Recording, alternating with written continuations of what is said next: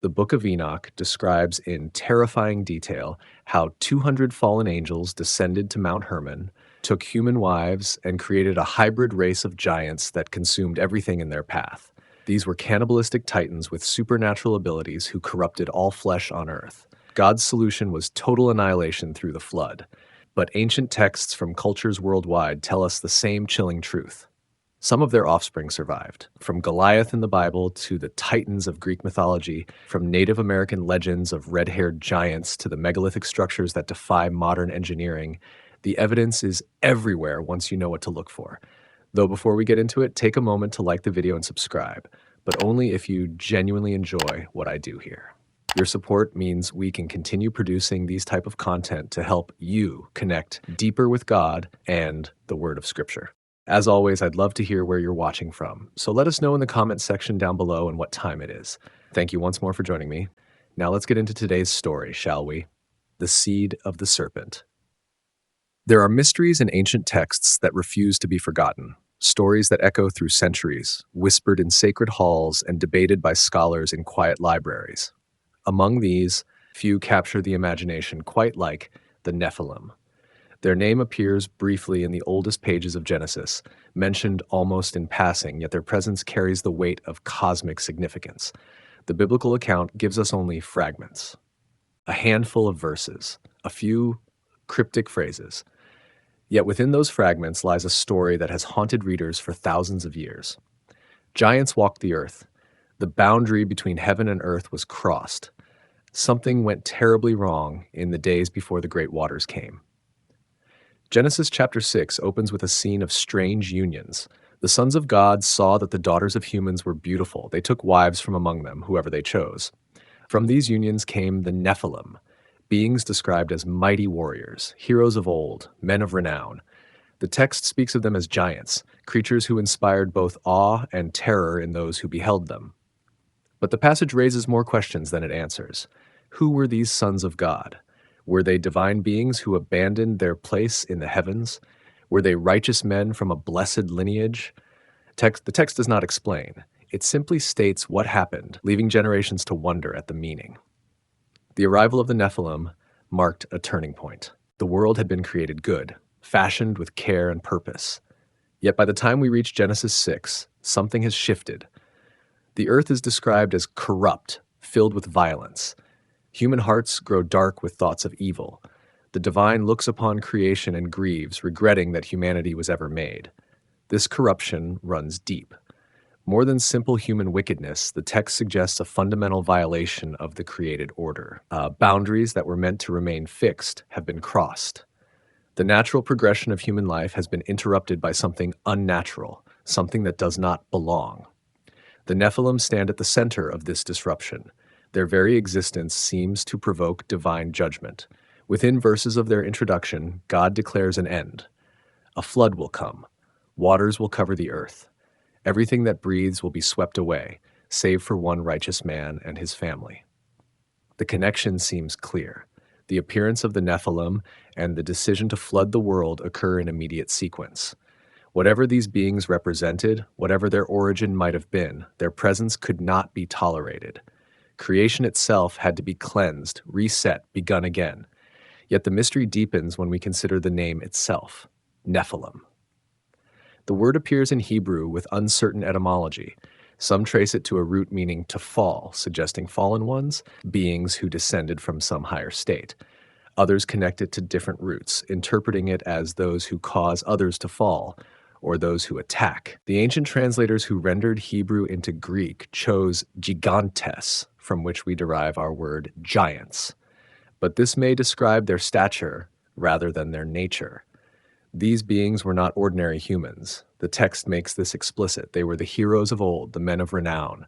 Stories were told about them. Their names carried weight. They achieved feats that ordinary mortals could not match. Power flowed through them in ways that set them apart from common humanity. The account in Genesis 6 suggests their strength was inherited. The sons of God came to the daughters of humans. The offspring of these unions were the Nephilim. Something in this mixing of lineages produced beings of extraordinary capability. The genetic or spiritual combination, whatever its nature, resulted in a new kind of creature, walking the earth. Ancient readers would have understood this as transgression. The order of creation depended on boundaries. Animals reproduced according to their kinds, plants grew according to their seeds. Each creature remained within its appointed sphere. The union that produced the Nephilim violated this principle. It represented a crossing of lines that should not be crossed, a mingling that the divine had not authorized. The timing also matters. These events unfold in the generations before the flood. Human population has grown, cities have been built, civilization has developed, yet moral decay keeps pace with material progress. The multiplication of humanity brings not greater righteousness but deeper corruption. The Nephilim emerge in this context, perhaps as both symptom and cause of the world's decline. Some ancient traditions suggest these beings taught humans forbidden knowledge, secrets of warfare, methods of destruction, arts that were meant to remain hidden. Whether true or not, their presence correlates with an escalation of violence. The earth becomes filled with wickedness. Every inclination of human thought turns toward evil. Society unravels under the weight of its own corruption. God's response is definitive. Divine patience reaches its limit. The Spirit will not contend with humanity forever. A decree goes forth. 120 years. A countdown begins. Time is granted for repentance, for change, for a return to righteousness. But no change comes. The corruption continues. The violence spreads. The world rushes toward its appointed end. In this context, the Nephilim serve as markers. They signal a point of no return. Their existence demonstrates how far creation has fallen from its intended state. These mighty warriors, these heroes of renown, represent not the peak of human achievement, but its perversion. Power without righteousness, strength without wisdom, fame built on foundations of violence. The story invites us to wonder what might have been different. Had these unions never occurred, would the flood have been necessary? Did the presence of the Nephilim tip some cosmic balance, making destruction inevitable? The text does not answer directly. It simply shows us the sequence. First, the Nephilim appear. Then judgment falls. Cause and effect linked in the narrative even if the precise mechanism remains obscured. Thousands of years later, we still grapple with these questions. Scholars debate the identity of the sons of God. Theologians argue about the nature of the Nephilim. Scientists search for evidence of giants in the archaeological record. The mystery endures because the text itself is mysterious, written in a style that suggests rather than explains, that hints rather than declares. Yet perhaps that ambiguity serves a purpose. The story of the Nephilim reminds us that creation contains depths we cannot fully fathom. Spiritual realities intersect with physical existence in ways that defy simple explanation. The boundary between heaven and earth proves thinner than we might imagine. And when that boundary is violated, consequences follow. The flood came. Waters covered the earth. The Nephilim, along with all flesh, perished in the deluge, or so it seemed. But their story does not end with the waters receding. Echoes of these beings reappear later in Scripture. Giants emerge again in the land of Canaan. Warriors of unusual size face the armies of those who inherit the divine promises. The shadow of the Nephilim stretches forward through time, suggesting that whatever they represented was not fully extinguished by the flood. This is where our journey begins, with a mystery introduced in the opening chapters of the oldest book, with beings who walked between worlds, who embodied power and inspired terror, with a divine judgment so severe that it required the destruction of nearly all life on earth. The Nephilim stand as witnesses to what happens when boundaries are crossed, when ambition exceeds wisdom, when power is not tempered by righteousness. Their story is a warning, a puzzle, and an invitation to explore the hidden corners of ancient tradition. The sons of God and the daughters of men, Genesis 6, decoded. The passage in Genesis chapter 6 begins simply enough. When human beings began to multiply on the face of the ground, and daughters were born to them, the sons of God saw that they were beautiful. This observation leads to action. These sons of God take wives for themselves from among the daughters of humans. The result changes everything. 4 verses, that is all Scripture gives us. 4 verses that have generated thousands of pages of commentary, debate, and speculation. The brevity of the account stands in stark contrast to its implications. Something momentous occurred in those ancient days. something significant enough to warrant mention in the biblical narrative, yet presented with almost cryptic economy. The key phrase sits at the center of the mystery: the sons of God. In Hebrew, B'nai Ha-Elohim. This exact phrase appears in only a handful of places in the Hebrew scriptures. Most notably, it appears in the book of Job, where the sons of God present themselves before the Lord, and Satan comes among them. In that context, these sons of God clearly represent heavenly beings, members of the divine council, angels who stand in the presence of the Creator. This usage has led many interpreters across the centuries to conclude that Genesis 6 describes a similar reality. Angelic beings, looking upon human women, found them desirable. These angels left their proper domain, descended to earth, and took human wives. The offspring of these unions were the Nephilim, hybrids combining angelic and human nature. Support for this interpretation comes from several directions. The straightforward reading of the text suggests it. If the sons of God were simply human males, why not call them the sons of men? The deliberate distinction in terminology implies a distinction in nature. These are not ordinary humans taking wives. These are beings from another category entirely. Ancient Jewish traditions strongly favored this understanding. The Septuagint, the Greek translation of the Hebrew scriptures completed in the centuries before the Common Era, rendered the phrase as angels of God in some manuscripts. The Book of Enoch, a widely influential text in Second Temple Judaism, elaborates the story in detail, naming the angels involved and describing their actions. Early Jewish commentators treated the angel interpretation as obvious, requiring no special justification. The early Christian church largely agreed. Prominent church fathers, including Justin Martyr, Irenaeus, Clement of Alexandria, and Tertullian, all endorsed the view that fallen angels had taken human wives. They saw this as consistent with other scriptures that spoke of angels who left their proper dwelling. They viewed it as the most natural reading of the Genesis passage. Yet an alternative interpretation emerged and eventually gained prominence, particularly in later Jewish and Christian thought. According to this view, the sons of God were not angels at all, but righteous men from the lineage of Seth, the third son of Adam.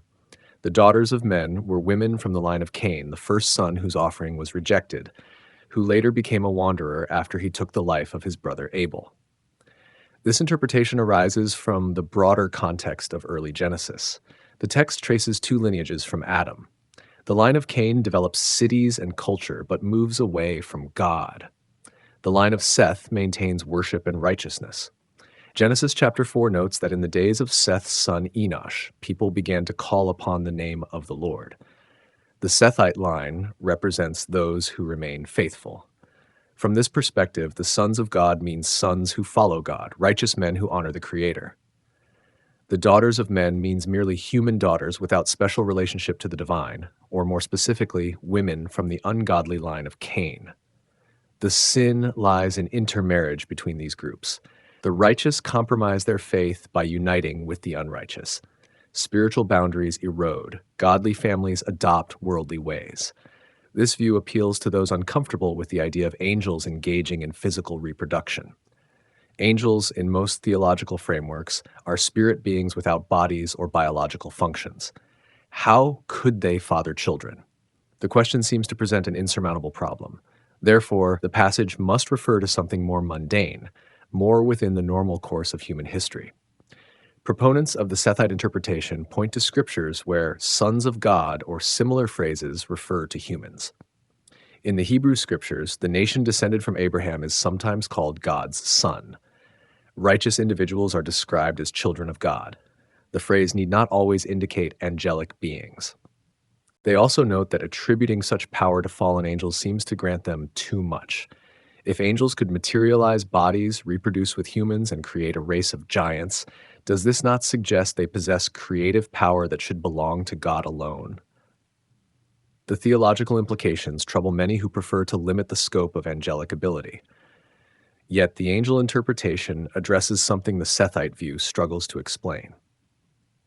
Why would the children of such unions be described as Nephilim, as giants and mighty warriors? If righteous men simply married unrighteous women, why would their offspring be any different from ordinary humans? The union of two human parents, regardless of their spiritual state, should produce human children of normal characteristics. The text explicitly states that the Nephilim were on the earth in those days, and also afterward, when the sons of God came in to the daughters of humans who bore children to them. These were the heroes of old, warriors of renown. Something about these children set them apart. Something made them mighty, terrible, worthy of special mention in the biblical account. The supernatural interpretation provides a clear mechanism for this distinctiveness. The mixing of angelic and human nature produces something unprecedented. These hybrid beings inherit strength, knowledge, and capabilities far exceeding normal human limits. They become the giants and heroes that legends remember. Further support comes from the New Testament. The Apostle Peter writes of angels who sinned and were cast into hell, being held in chains of darkness until the judgment. He connects this explicitly to the time of Noah, to the days when God's patience waited while the ark was being prepared. The Apostle Jude likewise mentions angels who did not keep their own position but left their proper dwelling, kept in eternal chains for judgment. These passages suggest apostolic acceptance of the angel view. Peter and Jude appear to reference a tradition about fallen angels in the time before the flood. Their language echoes the accounts found in the Book of Enoch and other Second Temple literature. They treat the story as real history, as something that actually occurred rather than as mere allegory. The phrase, left their proper dwelling, carries particular weight. It suggests abandonment of an assigned place or role. Angels who were meant to serve in heaven instead descended to earth. They transgressed the boundaries of their existence. This transgression brought judgment, confinement, punishment, awaiting final resolution. Yet the debate continues. Modern commentators remain divided. Conservative scholars often favor the Sethite view, seeing it as less problematic theologically. Those more open to the supernatural elements in Scripture tend toward the angel interpretation. Both sides claim the weight of evidence supports their position. The Sethite interpretation must explain why such marriages would provoke the flood. Human history is full of believers marrying unbelievers. While discouraged in Scripture, such unions do not typically warrant global judgment. The punishment seems disproportionate to the crime if the offense is merely intermarriage between human groups. The angel interpretation must explain the mechanics. How did spirit beings assume physical form? How did they reproduce? The text does not detail these processes. It simply states what happened, leaving the means mysterious. Some suggest these angels possessed human bodies or created physical forms for themselves. The exact method remains unclear. What both interpretations agree on is the result. These unions produced beings called Nephilim. These beings were mighty, renowned, set apart from common humanity. Their presence on earth correlated with widespread corruption and violence. The world descended into such wickedness that divine judgment became necessary. Water would cover the earth. A new beginning would emerge from the destruction. The choice between interpretations shapes how we understand the rest of the Nephilim story. If angels fell and took wives, then the giants and heroes of legend might have supernatural origin. If righteous men compromised with worldly women, then the Nephilim were simply large or powerful humans, perhaps with genetic abnormalities that produced unusual size. The ancient world believed the former. Modern skepticism often prefers the latter. The text itself maintains its economy, offering just enough information to intrigue, but not enough to settle the debate conclusively. And perhaps that ambiguity serves a purpose, inviting each generation to wrestle with questions about boundaries, about the spirit realm, about what happens when the natural order is disrupted. The giants in the earth, the Nephilim and their mighty men. The name itself carries mystery. Nephilim. In Hebrew, the word appears only twice in the entire canon of Scripture. First in Genesis 6, describing these beings who walked the earth before the flood. Then again in Numbers 13, in the fearful report of spies sent to scout the promised land. 2 appearances, 2 moments of crisis, 2 times when the people of God encounter something that defies ordinary experience. Language scholars have debated the root and meaning for generations. The most common derivation connects Nephilim to the Hebrew verb naphal, meaning to fall. By this understanding, Nephilim means fallen ones, beings who fell from heaven, or perhaps those who fell upon others in violence, or even those who cause others to fall. The verb allows multiple shades of meaning, each adding depth to the mystery. Ancient translators faced challenges with the word. When Greek-speaking Jews created the Septuagint, they chose gigantes to render Nephilim into their language. This Greek word gave us our English term giants, but it carried specific connotations in the ancient world. The gigantes of Greek mythology were beings born from the blood of the castrated sky god Uranus when it fell upon Gaia, the earth. They were creatures who challenged the Olympian gods themselves, beings of terrible power who waged war against the divine order. The choice of this word was not accidental. The translators recognized something in the Hebrew Nephilim that corresponded to their understanding of gigantes. These were not merely tall people. These were beings who represented challenge to the cosmic order, creatures whose very existence threatened the boundaries that kept creation stable. Yet the Genesis text does not emphasize their size initially. The description focuses first on their origin. The sons of God came into the daughters of humans, and they bore children to them. These children were the Nephilim. Their lineage mattered more than their measurements. They represented a mixing that should not have occurred, a blending of categories that were meant to remain separate. The text does note that they became heroes of old, warriors of renown. The Hebrew Gibborim appears here, meaning mighty men or warriors. These Nephilim were not weak. They possessed strength, capability, prowess in battle. They achieved feats that made them legendary. Stories were told about them, their names became known, fame surrounded them. But this fame was dark. The context of Genesis 6 makes clear that the world in which the Nephilim lived was a world descending into corruption. Violence filled the earth. Human hearts inclined constantly toward evil. The presence of these mighty warriors correlated with breakdown rather than flourishing. Their power contributed to the problem rather than providing solutions. Consider what mighty warriors do in a world without law. They take what they want. They dominate the weak. They establish themselves through force. Strength without righteousness becomes oppression. Power without wisdom leads to destruction. The Gibborim may have been heroes in the sense of great warriors, but their heroism served themselves rather than justice. Ancient traditions beyond Genesis elaborate these themes. The Book of Enoch, composed in the centuries before the Common Era, provides extensive details about the Nephilim's behavior. According to this text, the giants grew to enormous size, consuming all the resources that humans could produce. They devoured grain and livestock until nothing remained. Then, driven by insatiable hunger, they turned on humanity itself. Enoch describes them as beings without natural limits. They did not observe the boundaries that governed ordinary life. They took without asking. They destroyed without remorse. They viewed weaker beings as prey rather than neighbors. Their strength made them dangerous. Their lack of conscience made them monstrous. The text in Enoch goes further. It claims these giants also turned on each other. When human resources ran out, they began to consume one another. Cannibalism among the Nephilim added another layer of horror to an already terrible situation. The world groaned under the weight of their existence. Every living thing suffered because these beings walked the earth. Whether we treat Enoch as historical account or as ancient interpretation of the Genesis story, it represents how the Second Temple Jewish community understood the Nephilim. These were not merely large people. These were threats to all life. Their appetites could not be satisfied. Their violence could not be contained. They represented corruption in physical form. The connection between the Nephilim and the flood becomes clearer in this light. The text of Genesis states that the earth was corrupt and filled with violence. Then it adds that God saw the earth, and behold, it was corrupt, for all flesh had corrupted its way upon the earth. The presence of the Nephilim embodied this corruption. They were both product and producer of the world's wickedness. Their description as heroes of old and men of renown gains ironic weight in this context. Yes, they were famous. Yes, stories were told about them. But fame is not the same as goodness. Renown can be earned through terror as easily as through virtue.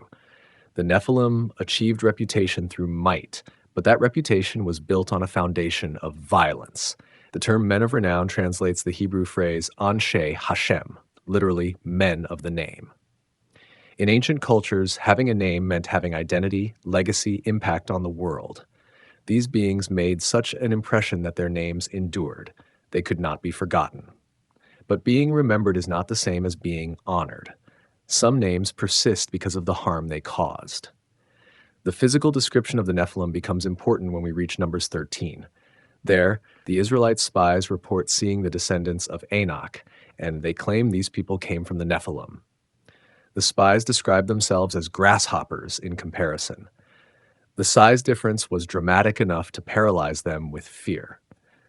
This later reference connects the pre-flood Nephilim to post-flood giants. It raises questions about how these beings survived the deluge, questions we will explore in later sections. For now, it confirms that Nephilim was associated with extraordinary size.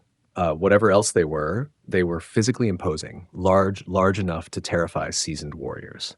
Some ancient traditions suggest the Nephilim stood 300 cubits tall, roughly 450 feet. Others give more modest but still remarkable measurements. The exact numbers vary across sources, but the consistent theme is beings far exceeding normal human stature. They towered over ordinary people. They could not be mistaken for common men. Yet their threat lay not merely in their size. Being 15 feet tall could be dangerous without being apocalyptic. What made the Nephilim warrant the flood was the combination of their physical power, their appetites, their violence, and perhaps most importantly, their origin. They represented a fundamental violation of created order. They should not have existed. Their presence proved that something had gone terribly wrong. The mighty men, the Gibborim, the heroes of old. These phrases might sound positive in isolation. We honor heroes. We respect mighty warriors. We tell stories about men and women of renown. But context shapes meaning. In a world filled with violence, in a time when corruption had spread through all flesh, these mighty ones were not saviors. They were symptoms. They demonstrated how far the world had fallen. Their legend persisted after the flood. Later peoples remembered giants who walked the earth. These memories took many forms, filtered through different cultures and languages. But at the core was a consistent idea. Once, beings of terrible power lived among humans. These beings were not like us. They were stronger, larger, more dangerous, and their time ended in judgment. The Nephilim of Genesis 6 stand as markers in the biblical narrative. They show us how bad things had become. They reveal what happens when boundaries collapse, when the natural order breaks down, when power exists without accountability. They are fallen ones indeed, whether that fall was from heaven to earth or from some other high place into depravity and violence. The divine decree, why the Nephilim caused the flood. The declaration comes suddenly in the text. The Lord said, "My spirit shall not abide in mortals forever, for they are flesh. Their days shall be 120 years." This pronouncement arrives immediately after the account of the sons of God taking wives and the Nephilim appearing on the earth. The sequence suggests connection. These beings have emerged. Now judgment follows. The phrase about God's spirit not abiding in humanity forever indicates divine patience reaching its limit. The spirit here likely refers to the life force that animates all creatures, the breath of life that God breathed into the first human. That animating presence will not remain indefinitely. A time has been set. The clock is counting down, 120 years. Interpreters debate whether this represents a lifespan limit or a period of grace. Prior to this point, humans lived for centuries. The genealogies in Genesis record people living 800, 900, even 969 years. After the flood, lifespans begin to decline, though they remain well above 120 for several generations before eventually settling near that figure. More likely, the 120 years represents a deadline, a period of warning, time given for repentance that will not be extended. God has seen the corruption, the decision has been made, but mercy delays the execution. 120 years remain before the waters come. This delay matters theologically. It demonstrates that the flood was not an impulsive act of rage. God did not look at the world one day and immediately destroy it. Instead, warning was given. Time was provided. The opportunity for change existed. The judgment that eventually came cannot be blamed on divine caprice or cruelty. Every chance for reformation was offered. According to tradition, Noah spent those 120 years building the ark and preaching righteousness. The Apostle Peter calls him a herald of righteousness in his second letter. This suggests Noah warned his generation about coming judgment. He told them what was coming. He explained why. He urged them to turn from their wicked ways, and for 120 years they ignored him. The presence of the Nephilim intensified the need for judgment. Genesis 6 describes the situation in stark terms. The Lord saw that the wickedness of humankind was great in the earth, and that every inclination of the thoughts of their hearts was only evil continually. This is total corruption, not occasional wrongdoing, not isolated incidents of sin, but thoroughgoing wickedness affecting every thought, every heart, every person. The text emphasizes universality, every inclination, only evil, continually. The Hebrew words pile up to convey completeness. No corner of human consciousness remained untainted. No person stood apart from the corruption. The entire species had turned toward wickedness with seemingly no possibility of redemption. This assessment leads to divine grief. The Lord was sorry that he had made humankind on the earth, and it grieved him to his heart. These phrases attribute emotion to God. Whether we take them literally or understand them as accommodated language, they convey something real. The state of the world provoked profound divine response. Creation had gone so wrong that its creator regretted making it. That regret prompted decision. The Lord said, "I will blot out from the earth the human beings I have created, people together with animals and creeping things and birds of the air, for I am sorry that I have made them." The judgment would be comprehensive. Not just humanity, but all flesh would be swept away. The corruption had spread through the created order. Everything must be cleansed. One exception existed. Noah found favor in the eyes of the Lord. One man remained righteous. One family had not joined the universal corruption. Through this family, humanity would continue. Through this family, God's purposes would be preserved. But only one family out of all the people on earth. The proportion reveals how complete the wickedness had become. The connection between the Nephilim and this universal corruption is implied rather than stated explicitly. The text does not say, "Because of the Nephilim, I will destroy the earth." Instead, it presents a sequence. The Nephilim appear. Violence fills the earth. Corruption spreads through all flesh. Judgment is decreed. The literary structure links these elements even without making the causal relationship explicit. Ancient interpreters made that relationship explicit in their expansions of the story. The Book of Enoch directly connects the actions of the fallen angels and the violence of their giant offspring to the decision to flood the world. According to that text, the archangels bring the cries of suffering humanity before God. They report the devastation caused by the giants. They ask for intervention, and God responds with the flood. Whether we accept Enoch's elaboration or not, the pattern is clear in Genesis itself. Something about the situation in those days warranted complete destruction. The world had become so corrupt that it could not be reformed through ordinary means. No gradual improvement was possible. No partial intervention would suffice. Only total cleansing could address the depth of the problem. The Nephilim embodied that problem in physical form. They represented the breaking of boundaries. They demonstrated what happens when proper limits are transgressed. Their violence and consumption showed corruption made manifest. In them, the abstract wickedness of the human heart took concrete shape as beings who literally devoured the world. Their existence also suggested that the corruption was not merely moral, but ontological. This was not just about bad choices. This was about the nature of being itself being compromised. If the sons of God had indeed taken human wives, if hybrids now walked the earth, then creation's categories had been violated. The order established in Genesis 1, where everything reproduced according to its kind, had been undone. This violation required more than punishment. It required restoration of right categories. The flood would serve that purpose. It would remove the impossible beings. It would cleanse the earth of the corruption that had infected all flesh. It would, in effect, start creation over from a saved remnant. The decision to flood the world was therefore not arbitrary. It responded to specific conditions. The presence of the Nephilim, the universal corruption of humanity, the violence that filled the earth. These factors combined to make continuation impossible. The experiment of humanity had failed. The world granted to human care had been ruined. Only by returning to a near formless state could things begin again.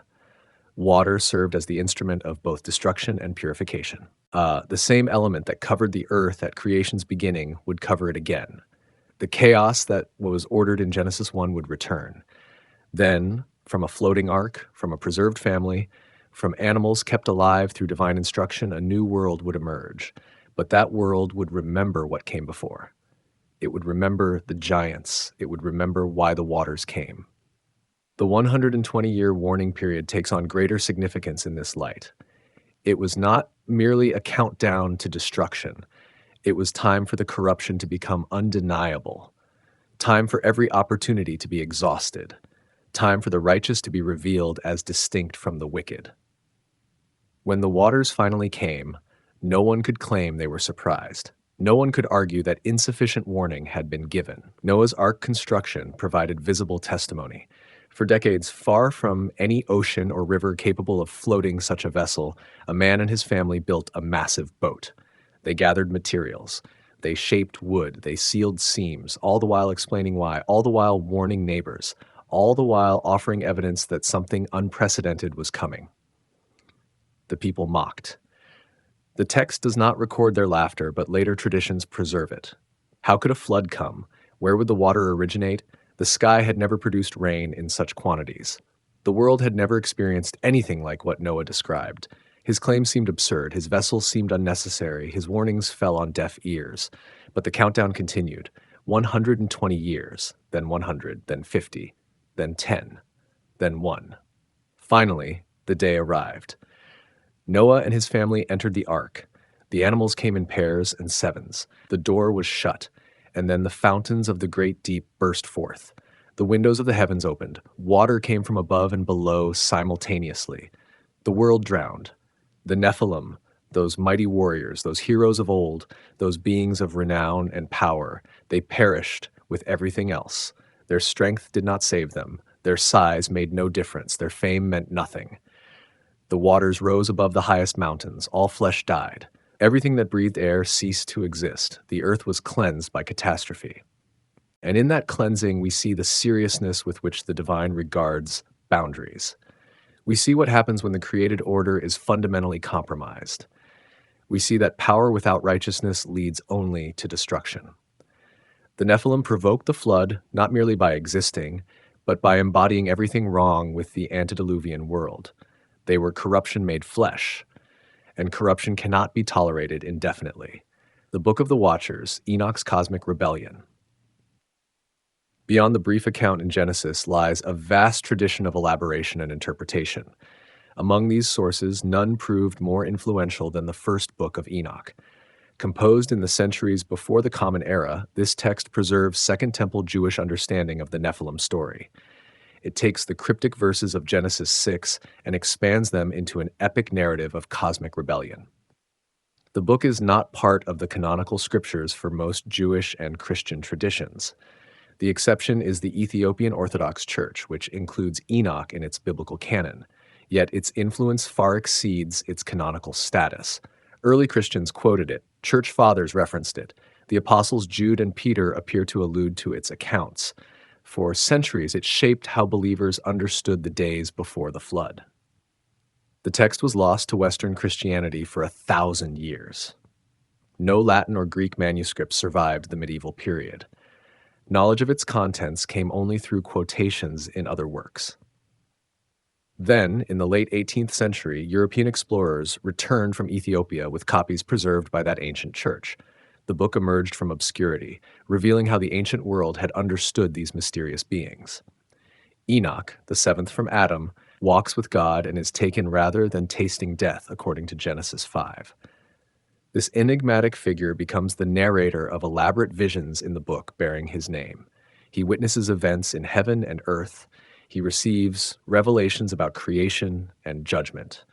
And he records the story of the Watchers, angels assigned to observe humanity who abandoned their mission. The text names 200 angels who participated in the rebellion. They were not ordinary angels, but watchers, beings assigned to watch over and guard humanity. Their role was protective, supervisory. They were meant to observe without interfering, to report without engaging. But observation led to desire. Desire led to conspiracy. Conspiracy led to action. The leader of this conspiracy bears the name Semjaza in most manuscripts, though variant spellings appear across different versions. He recognized the danger of what they contemplated. If he acted alone, he would bear all the guilt. But if they all swore an oath together, binding themselves mutually to the plan, then none could back out. Shared guilt would protect each participant. They gathered on Mount Hermon. The location matters. Hermon stands in the north, a towering peak visible for great distances. Its name likely derives from a root meaning devoted or sacred.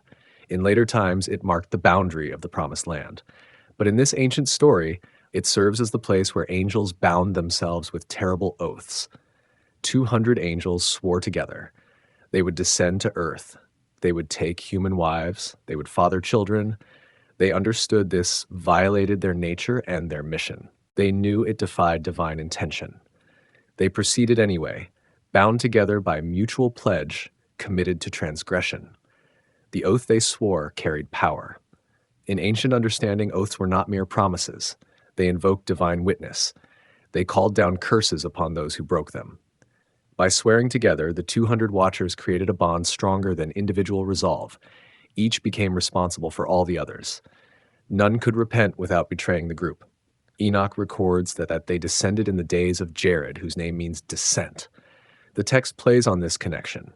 Jared's era marked when angels descended, when boundaries were crossed, when the experiment of separation between heaven and earth failed.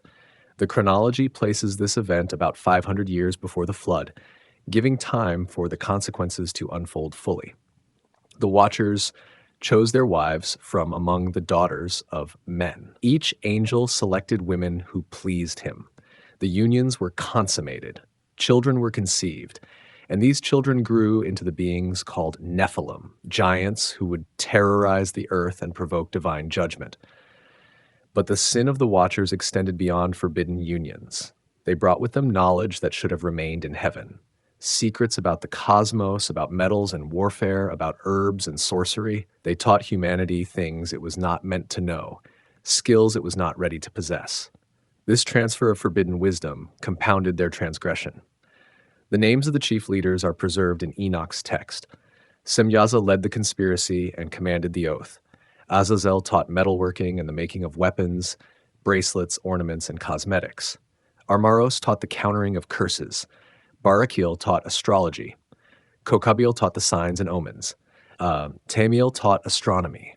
Asvardel taught the movements of the moon. Each watcher specialized in particular knowledge. Each taught humans their specialty. The cumulative effect was to accelerate human technological development beyond what natural discovery would have provided. Humanity gained power without gaining the wisdom to use it properly. Knowledge flowed down from heaven, but without the moral framework to channel it toward good. The Book of Enoch treats this transfer of knowledge as violation equal to, or perhaps greater than, the sexual transgression. The angels broke more than physical boundaries. They broke epistemological boundaries. They revealed what was meant to stay hidden. They armed humanity with divine secrets, and humanity used those secrets to increase violence and corruption. Consider what weapons meant in that ancient world. The technology of bronze and iron enabled new scales of warfare. Sharpened metal could pierce flesh more effectively than stone. Armor could protect warriors more thoroughly than leather. Organized violence became more efficient, more deadly, more total. The Watchers gave humanity the tools to destroy itself more effectively. Cosmetics and jewelry might seem trivial by comparison, but Enoch suggests these too contributed to corruption. They enhanced vanity. They encouraged seduction. They fed appetites for luxury and display. The text implies that the beautification arts taught by Azazel increased sexual immorality and social breakdown. External adornment reflected internal decay. The magical arts proved even more dangerous. Knowledge of herbs could heal, but it could also poison. Understanding of cosmic signs could guide agriculture, but it could also lead to worship of created things rather than the creator. Sorcery and divination opened channels to spiritual forces that humans were not equipped to manage. Each gift from the Watchers carried shadows along with its light. The text in Enoch presents these teachings as deliberate corruption. The Watchers were not trying to help humanity advance. They were not benevolent beings sharing knowledge for the good of mortals. They were rebels actively working to corrupt creation, to spread the contagion of their own fall into the human sphere. Every secret they revealed made the world worse. Humanity received these teachings eagerly. No one refused the knowledge. No one questioned whether they should possess such power. The appeal of advancement, of capability, of understanding overwhelmed any caution. People learned how to make weapons, how to practice sorcery, how to read the stars, and they assumed this knowledge was blessing rather than curse. The result was predictable. Violence increased as weapons proliferated, immorality spread as vanity and seduction multiplied. False religion grew as people turned to divination and astrology rather than to God. The gift of knowledge became instrument of destruction. What seemed like progress was actually decline. Enoch's account places responsibility squarely on the Watchers. They initiated the contact. They chose to descend. They decided to take wives and teach forbidden arts. Humanity participated willingly, but did not instigate. The corruption flowed from heaven to earth, brought by beings who should have known better, who did know better, but chose rebellion anyway. The oath on Mount Hermon bound them in mutual guilt. Each Watcher became responsible for the consequences of all. When the giants born of their unions began to ravage the earth, that blood was on their hands. When humans used the taught arts to wage war and practice evil, those sins traced back to the teachers. The cascade of corruption began with 200 angels choosing to break their boundaries. The Book of Enoch thus provides motivation for the Genesis account. Why would sons of God take human wives? Because they lusted and conspired together. How did humanity become so corrupt so quickly? Because angels taught them forbidden knowledge. Why did the Nephilim inspire such terror? Because they were born from unnatural unions and taught by rebellious spirits. Every question the Genesis text leaves hanging, Enoch answers with elaborate detail. Whether these details represent historical memory or inspired interpretation remains debated. The book itself claims to be Enoch's testimony, visions granted to the ancient patriarch. Scholars recognize it as a Second Temple composition, written many centuries after the events it describes. But ancient readers treated it as authoritative. They believed these accounts explained what Genesis left mysterious. The influence of Enoch on later tradition cannot be overstated. When early Christians spoke of fallen angels, they drew on this text. When they discussed demons and their origin, they referenced these stories. The names of the Watchers, the location of Mount Hermon, the specific knowledge taught, all these details from Enoch shaped how generations understood the cosmic rebellion that preceded the flood. Even those who did not accept Enoch as scripture often accepted its interpretive framework. The idea that angels fell through lust and taught forbidden knowledge became standard understanding. The notion that demons originated as spirits of dead Nephilim, which we will explore in a later section, derives from this tradition. Enoch provided the lens through which Genesis 6 was read. Modern readers approach the text differently. Some accept it as historical record of real events. Others treat it as ancient mythology, valuable for understanding how our ancestors thought, but not as factual account. Still others see it as inspired midrash, creative interpretation that reveals truths about spiritual realities, even if not literally accurate in every detail. Regardless of how we assess its historical accuracy, the Book of Enoch preserves crucial testimony. It shows us how the Second Temple Jewish community understood the Nephilim. It reveals the concerns that drove their interpretation, and it provides the foundation for centuries of theological reflection on angels, demons, forbidden knowledge, and the consequences of cosmic rebellion. The Watchers who descended on Mount Hermon thought they could violate boundaries without consequence. They believed their oath bound them together strongly enough to succeed in their rebellion. They were wrong. Their actions set in motion events that would lead to judgment not just of themselves, but of the entire world. They became object lessons in the danger of transgression, examples of what happens when even powerful beings choose to abandon their proper place in the created order. The sin of Azazel, forbidden knowledge, and cosmic corruption. Among the 200 Watchers who descended, certain names stand out in the tradition. Semjaza led the conspiracy, organizing the oath that bound them together. But another figure emerges as perhaps even more significant in his impact: Azazel. The name appears in Leviticus in connection with the Day of Atonement ritual, where one goat is sent to Azazel in the wilderness. The Book of Enoch transforms this cryptic reference into the name of a chief fallen angel. Azazel's specialty was metalworking. According to Enoch, he taught humans how to make swords, knives, shields, and armor. He showed them the techniques of mining, of extracting metal from ore, of heating and hammering and shaping. Before his instruction, humanity fought with stone and wood. After, they possessed bronze and iron, materials that held sharper edges and stronger forms. The transformation this knowledge brought was revolutionary. Metal weapons changed warfare fundamentally. They made combat more deadly. They allowed for longer battles because weapons did not break as easily. They enabled the creation of professional warrior classes, people who could afford better equipment and therefore dominated others. The social structures of violence became more stratified, more organized, more efficient. But Azazel taught more than warfare. Enoch credits him with introducing bracelets, ornaments, and the art of beautifying the eyelids. He taught the use of antimony and other cosmetics. He showed women how to enhance their appearance, how to make themselves more alluring, how to employ adornment in the service of seduction. These teachings seemed less obviously harmful than weapon making, but the text treats them as equally corrupting. The concern was not beauty itself.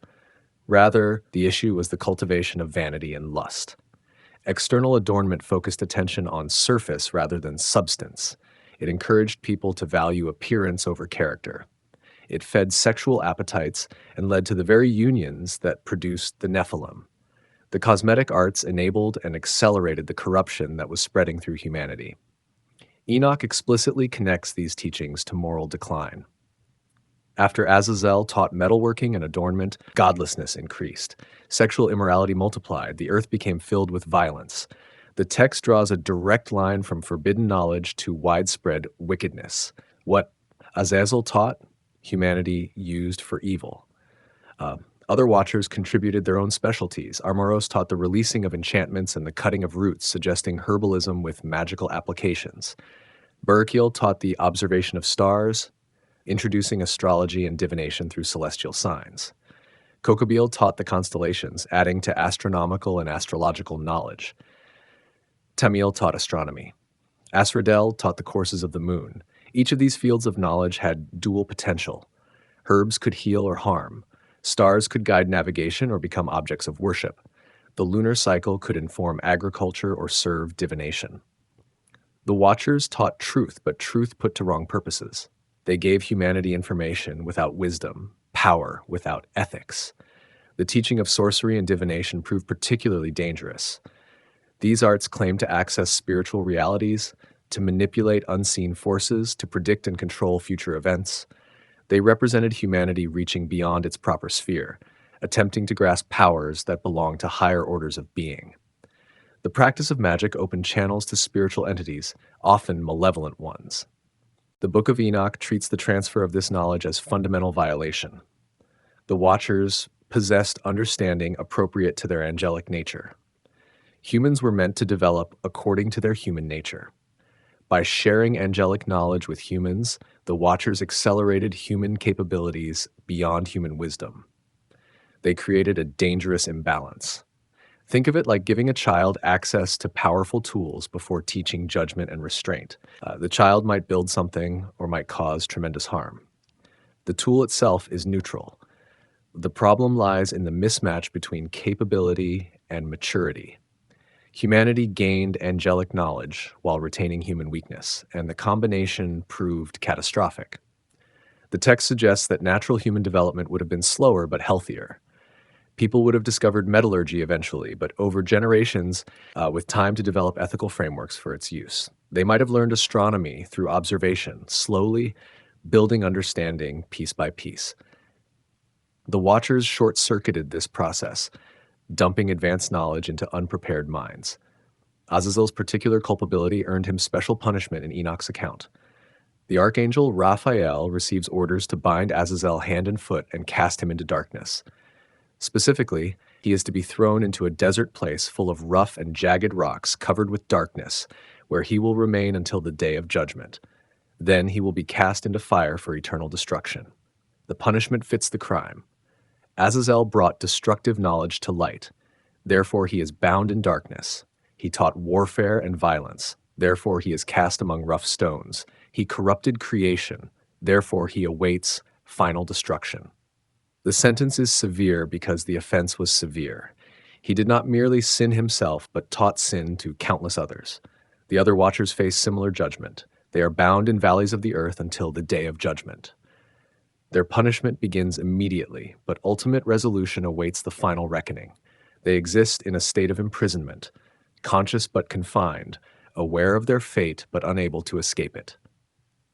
The apostles Peter and Jude appear to reference this tradition when they write of angels kept in chains of darkness. The teaching of forbidden knowledge introduces a dimension to the Nephilim story that goes beyond sexual transgression. The Watchers did not merely father giant offspring. They corrupted human civilization itself. They introduced technologies and practices that accelerated wickedness. Their legacy was not only biological but cultural and spiritual. This helps explain the severity of divine response. The flood was necessary not just to eliminate hybrid beings, but to cleanse a corrupted culture. Humanity had learned things it should not know, developed capabilities it could not handle responsibly, opened spiritual doors it could not close. Only complete destruction and starting over could address such thorough contamination. The knowledge remained after the flood, however. Noah and his family carried it forward. They remembered metallurgy, astronomy, agriculture, all the useful arts. The difference was the changed context. After the flood, humanity had witnessed the consequences of misusing knowledge. They had seen where corruption led. They carried the memory of judgment. This memory, in theory, would encourage wiser use of the same capabilities. But human nature did not change. The same tendencies toward violence, vanity, and spiritual rebellion that characterized the antediluvian world would resurface. The knowledge the Watchers taught continued to enable both good and evil. Metal could be shaped into plowshares or swords. Stars could guide travelers or become idols. Herbs could heal the sick or poison enemies. Azazel's sin was not teaching metallurgy itself. Bronze and iron are neutral materials. The sin lay in teaching it prematurely to unprepared recipients in the context of rebellion with the intent to corrupt. The same knowledge given at the right time, in the right way, for the right purposes, might have blessed rather than cursed. Timing, intent, and wisdom make the difference. The tradition of Azazel and the forbidden knowledge he brought has echoed through centuries. It shapes how we think about technology and ethics. It raises questions about what humans should and should not know, about whether some knowledge is too dangerous to pursue. It suggests that capability must be matched by wisdom, that power requires responsibility, that knowing how to do something does not mean we should do it. These are not merely ancient concerns. Every age faces them anew. Each generation develops capabilities that could help or harm. The question is always whether we have the wisdom to use our power well. The story of Azazel reminds us that knowledge without righteousness leads to corruption, that advancement without ethics produces catastrophe, that we must guard not just against evil actions, but against good capabilities put to evil purposes. The brutal offspring, the Gibberim and the bloodshed. The children born of the unions between Watchers and human women grew rapidly in the accounts preserved by Enoch. They did not remain infants long. They did not pass through a normal childhood. These beings, these Nephilim, these giants, developed quickly into their mature forms. And those forms were monstrous.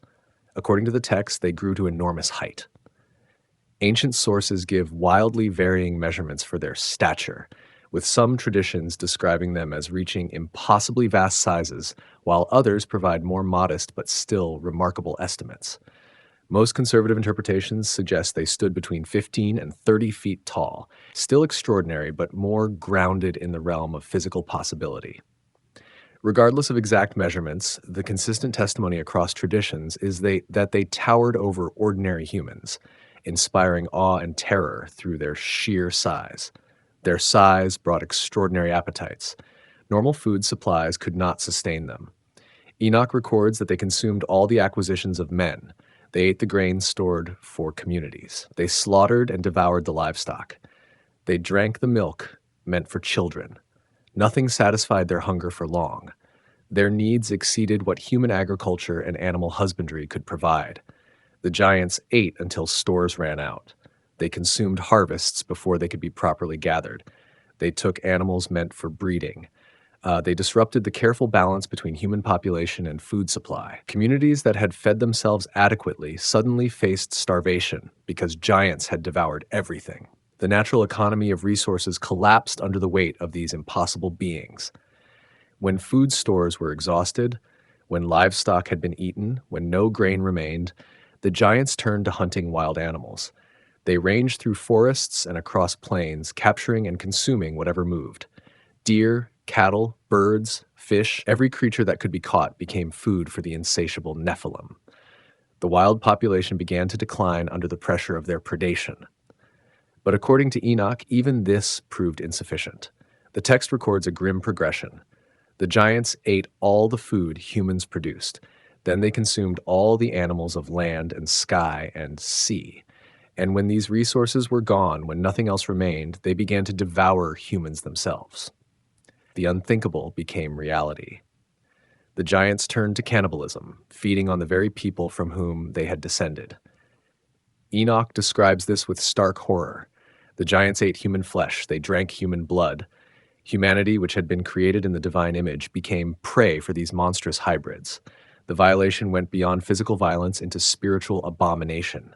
Beings that were part human consumed their human relatives. The boundary between predator and prey, which should never have included humans in the prey category, was utterly demolished. The violence spread. It was not only the giants preying on humans. The text indicates that the giants also turned on one another. When even human flesh ran short, when their hunger remained unsatisfied, the Nephilim began to consume each other. Giant fought giant. The strong devoured the weak. Cannibalism became normal practice among these beings who recognized no limits, acknowledged no taboos, honored no bonds. This cascade of violence explains the biblical statement that the earth was filled with violence. The Hebrew word translated violence is Hamas, which carries connotations of wrong, cruelty, injustice, ruthlessness. The giants embodied this concept. They took what did not belong to them. They destroyed without cause. They showed no mercy to the weak. Their existence was defined by predation and consumption. The earth itself groaned under this oppression. Enoch personifies the planet as crying out in complaint. The ground that had received Abel's blood now received the blood of countless victims. The soil that was meant to bring forth food instead absorbed violence. Creation, which had been pronounced good, became a place of suffering and terror because of the giants walking upon it. Human civilization broke down. How could communities function when giants might attack at any moment? How could people plant crops, knowing that giants would consume them before harvest? How could families feel safe when their children might become food for monsters? The normal patterns of life, agriculture, trade, worship, all collapsed under the threat of the Nephilim. The mighty men, the Gibborim mentioned in Genesis, were not heroic protectors. They were apex predators. Their renown came from fear rather than admiration. Stories were told about them because their actions were so terrible that they could not be forgotten. They became legendary, not because people honored them, but because their victims needed to remember the horror, to preserve the warning for future generations if any survived. The Book of Enoch suggests that humans cried out to heaven. They prayed for deliverance. They asked why they had been abandoned to these monsters. Their prayers reached beyond the earth, carrying their anguish to the divine throne. And those prayers were heard. The archangels noticed the suffering. They brought humanity's complaint before God, and judgment was decreed. But before that judgment fell, the world descended into depths of depravity difficult to imagine. The giants ruled through terror. Humans lived as prey animals, hiding, fleeing, watching their loved ones taken and consumed. The psychological trauma alone would have been devastating. The constant fear, the helplessness, the breakdown of all social protection and order. Some humans likely collaborated with the giants. Perhaps they thought cooperation would save them. Perhaps they hoped to gain favor with the powerful by serving them. Maybe they participated in capturing other humans for the giants to eat. The text does not detail such collaboration, but it would be consistent with human nature under extreme duress. In any case, the corruption spread through all flesh, not just through the giants themselves. The violence was not random chaos, it was systematic predation. The giants operated as apex predators in an ecosystem where humans had previously been custodians. They reduced humanity to a food source, imposing a brutal hierarchy through sheer physical dominance. Every advantage of human intelligence, cooperation, and culture meant nothing against beings who could simply overpower and consume them. This predation made extinction likely. If the giants continued eating humans, eventually no humans would remain. Then the giants would have only each other to consume. They would destroy themselves through their own appetites. The entire experiment would end in mutual annihilation. The world would be left empty or populated only by the strongest remaining giant until that one too finally perished. The flood prevented this outcome. Water covered the earth before the giants could finish their work of consumption. The deluge came while humans still existed, while Noah and his family could be saved.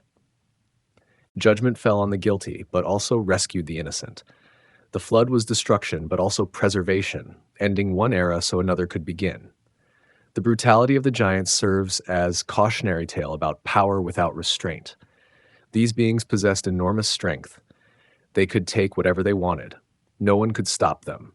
And without any moral compass, without any empathy or self-control, they simply consumed until nothing remained. They represent what happens when capability is divorced from responsibility, when might makes right in its purest form. Their cannibalism represents the ultimate breakdown of created order. Humans were meant to have dominion over animals, not to be dominated by hybrid monsters. They were meant to eat plants and animals, not to be eaten themselves. The giants inverted every proper relationship. They showed that when boundaries are eliminated, when the created order is violated at a fundamental level, the result is not freedom, but horror. The cries of the earth, the intercession, and the judgment. The suffering did not go unnoticed. According to the Book of Enoch, the prayers and cries of those afflicted by the giants reached beyond the physical realm. The earth itself became witness to violence, soaking up blood, absorbing the evidence of countless victims. And from that blood-soaked ground rose a cry that could not be ignored. 4 archangels heard the distress: Michael, Gabriel, Raphael, and Uriel. These chief angels, these mighty servants of the divine throne, perceived what was happening on earth. They saw the violence perpetrated by the giants. They witnessed the corruption taught by the watchers. They heard the desperate prayers of humans being hunted and consumed, and they brought the matter before God. The text in Enoch presents their report in formal language. They describe the actions of Azazel, how he taught humans to make weapons and ornaments. They recount the sins of Semjaza and his associates, how they took human wives and fathered giants. They explain that the earth is crying out because of what these beings have done. They ask for divine intervention, for justice, for rescue of the suffering. This intercession matters theologically. It shows that heaven remained aware of earth. The rebellion of the Watchers did not isolate humanity from divine concern. Prayer was heard. Suffering was noted. The archangels, remaining faithful to their appointed tasks, carried the cries of creation to the throne of judgment. The cosmic order had mechanisms for addressing violations. God's response came in multiple parts. First, instructions went to Uriel to warn Noah. The righteous man would be told about the coming flood. He would receive specifications for building an ark. He would be given time to prepare, to gather his family, to save representatives of animal life. Mercy would be extended to the one household that had not participated in corruption. Second, Raphael received orders regarding Azazel. The fallen angel who had taught weapon making and corruption would be bound hand and foot. He would be thrown into darkness among rough stones. He would remain imprisoned there until the day of judgment, when he would be cast into eternal fire. The punishment would be both immediate and eschatological, confinement now and destruction later. Third, Gabriel was sent to the Nephilim themselves. The giants would be set against each other. Father would fight son, brother would battle brother. They would destroy one another in mutual violence. The beings who had lived by consumption would die by consuming each other. They would not survive 70 generations, meaning they would perish in the flood that would come within those generations. Fourth, Michael received instructions about Semjaza and his fellow watchers. They would be bound beneath the hills of the earth. 70 generations they would remain imprisoned, watching in spiritual torment as their offspring destroyed each other and then were themselves destroyed in the flood. After those 70 generations, they would be brought forth to fire and torment for all eternity. The judgment was comprehensive. The watchers would be imprisoned. Their children would destroy themselves before drowning in the flood.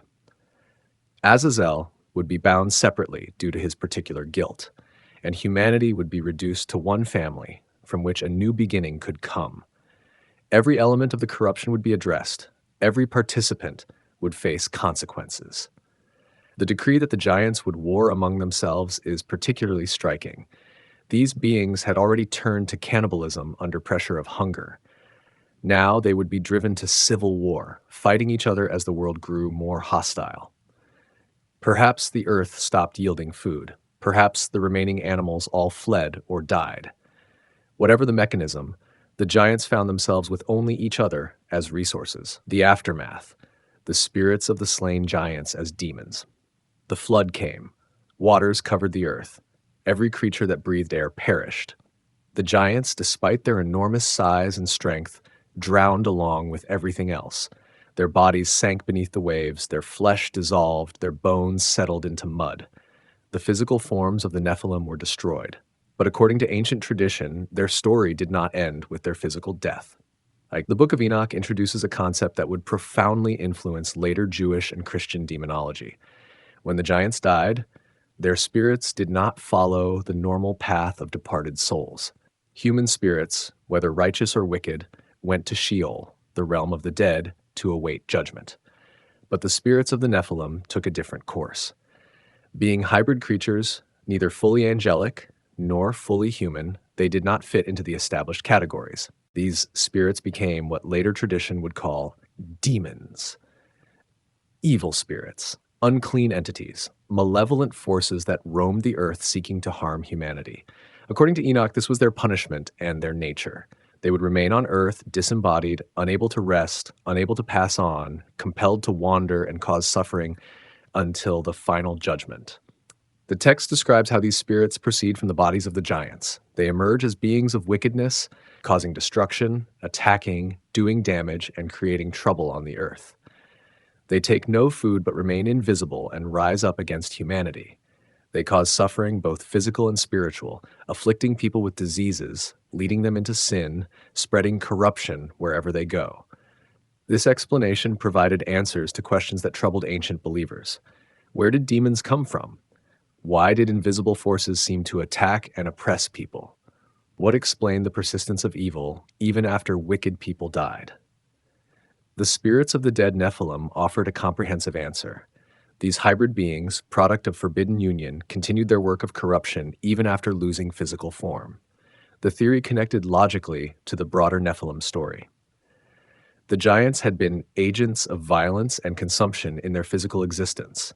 Their spiritual existence would continue that pattern. They had fed on humans bodily. Now they would attack humans spiritually. They had corrupted the antediluvian world. Now they would attempt to corrupt the post-flood world. Their nature had not changed, only their form. Several passages in Scripture seem to reference this tradition without explaining it fully. Job describes Satan roaming through the earth. The Gospels frequently mention demons possessing people or causing illness. The Apostle Paul writes about spiritual forces of wickedness in the heavenly places. These references suggest an entire realm of malevolent spiritual beings operating in the world, seeking to harm and corrupt humanity. Early Christian interpreters connected these biblical references to the Enochian tradition. Justin Martyr, writing in the 2nd century, explicitly taught that demons were spirits born from the union of angels and women. Other church fathers agreed. The connection became standard teaching in early Christianity. When believers thought about demons, they thought about the spirits of dead giants.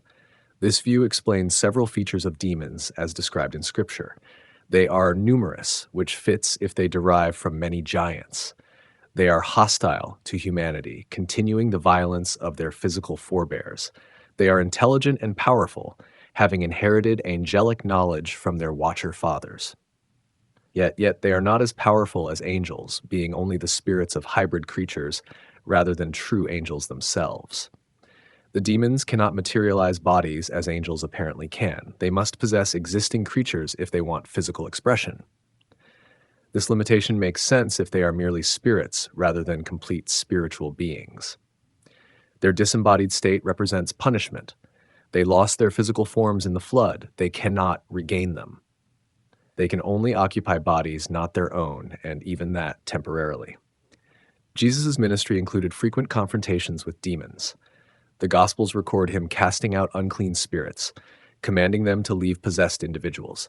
The demons recognize him, call him Son of God, plead with him not to torment them before the appointed time. These interactions suggest the demons know their ultimate fate, understand that judgment awaits, but resist it as long as possible. One particularly intriguing incident involves demons called legion, because they are many. When Jesus casts them out of a possessed man, they beg to be sent into a herd of pigs rather than into the abyss. Jesus permits this, and the pigs immediately rush into water and drown.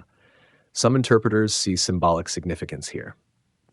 The demons, born from giants who drown, drive animals into water. The flood that destroyed their bodies is echoed in this drowning. The Apostle Paul describes spiritual warfare in terms that align with the Enochian tradition. Christians struggle not against flesh and blood, but against principalities, powers, rulers of darkness, and spiritual wickedness in heavenly places. This hierarchy of evil spiritual forces could include both fallen angels like the Watchers and the spirits of the Nephilim, each category having different roles and capacities. The existence of these evil spirits helps explain the persistence of sin and corruption after the flood. The physical cause of wickedness, the giants themselves, had been destroyed, but the spiritual cause continued. The demons remained, working to corrupt the new world as their physical ancestors had corrupted the old. They could not devour people physically anymore, but they could still lead them into sin, causing spiritual rather than bodily consumption. This tradition also provided hope. If demons were merely spirits of dead hybrids, they could be resisted. They had limits. They could be cast out. The name of God, prayer, faith, all these proved effective against demonic influence. The demons might be powerful, but they were not invincible. Believers had tools to combat them, authority to command them to leave, protection through divine power. The Book of Jubilees, another Second Temple text, elaborates on this theme. According to Jubilees, after the flood, the demons began to lead astray and to make blind the children of Noah. Noah prayed that these spirits would be bound. The text records that 9/10 of them were indeed bound, cast into the place of judgment. But 1/10 remained free by request of their leader Mastema, who argued he needed some to execute judgment and test humanity. This modification within the tradition explained why demons remained active in the post-flood world, but not overwhelmingly so. Most were bound, limiting their impact. A remnant continued operating, but their numbers were manageable. Humanity faced spiritual opposition, but not insurmountable opposition. The balance allowed for genuine moral testing without making righteousness impossible. The concept of demons as spirits of dead Nephilim remained influential through early Christianity. It appeared in the writings of numerous church fathers. It shaped how believers understood spiritual warfare. It informed practices of exorcism and deliverance. The tradition provided a complete cosmology, explaining the origin, nature, and destiny of evil spiritual forces. Over time, alternative theories developed. Some theologians proposed that demons were fallen angels like the Watchers themselves, rather than spirits of the giants. This view became dominant in Western Christianity during the medieval period. The Enochian tradition faded from mainstream teaching, though it never entirely disappeared.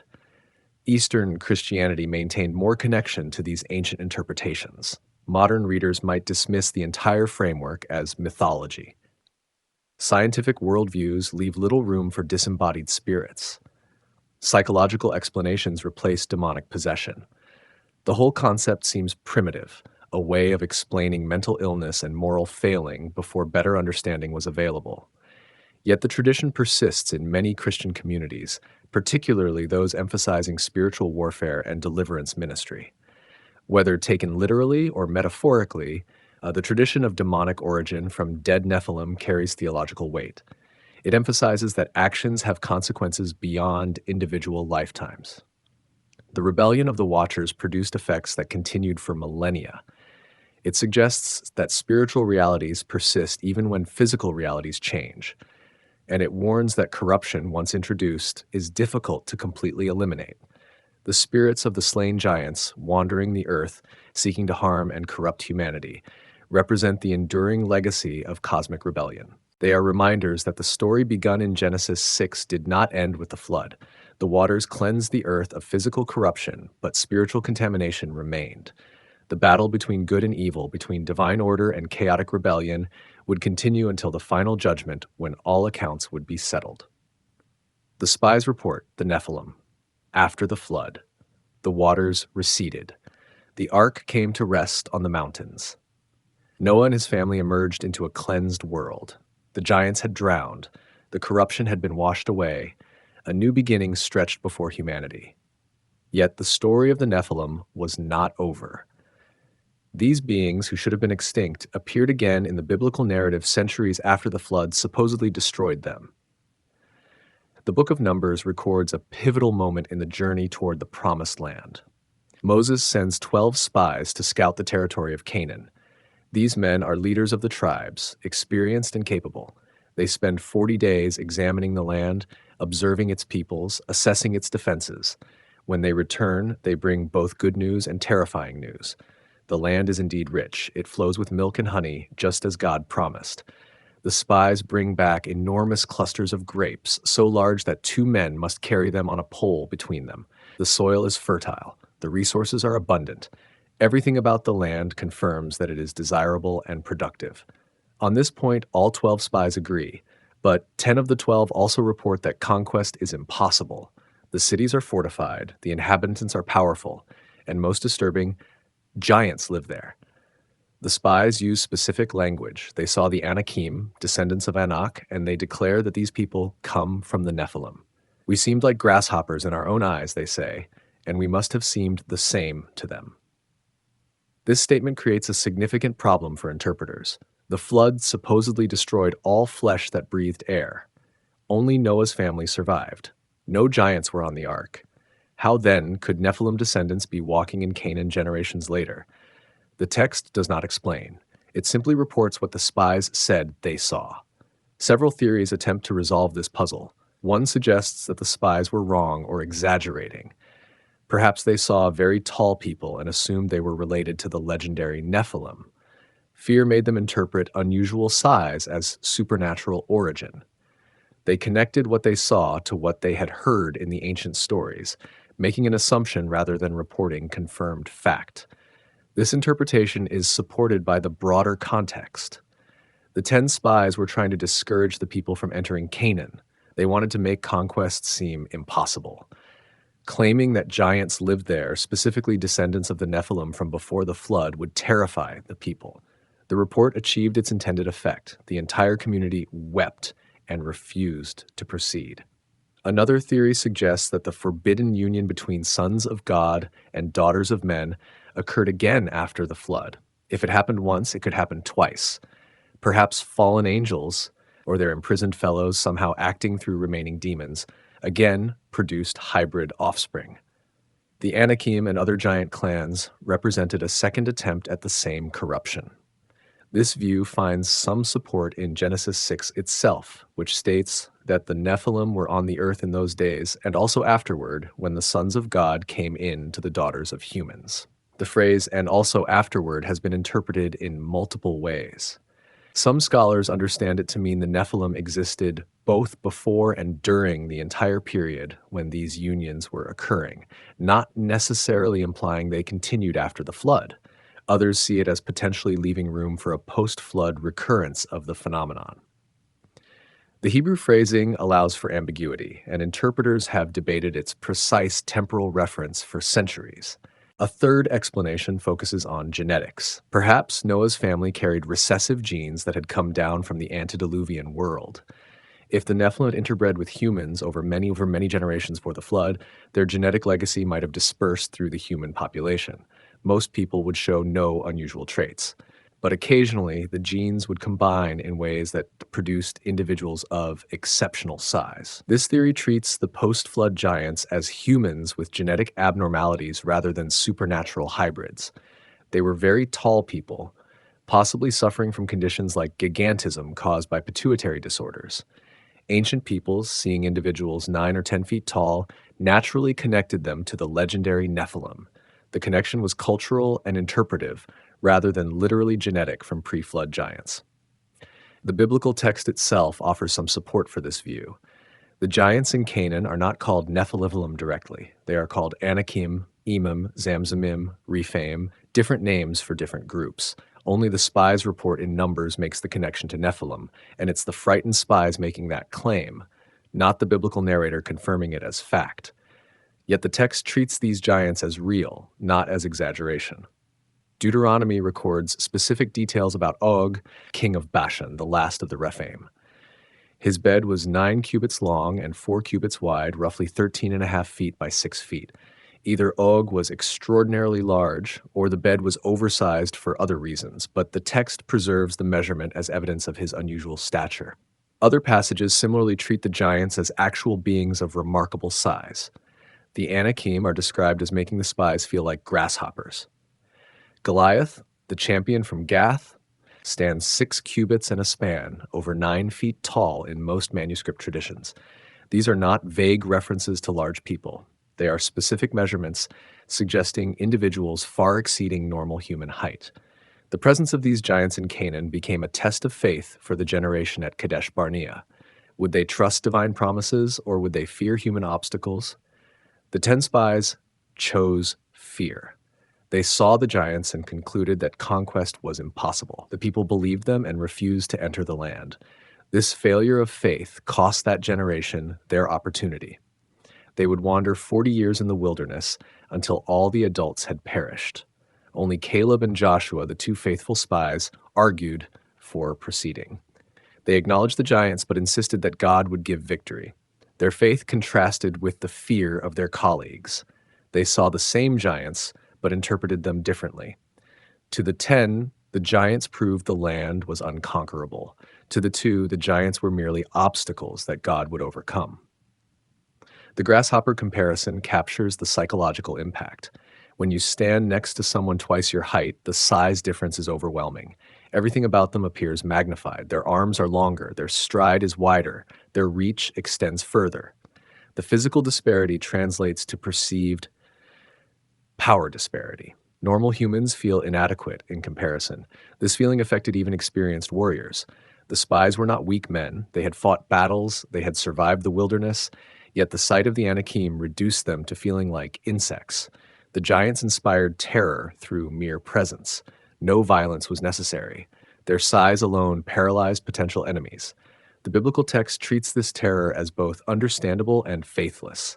Yes, the giants were intimidating. Yes, they presented real military challenges, but God had promised victory. He had demonstrated power through the plagues in Egypt, through the crossing of the sea, through provision in the wilderness.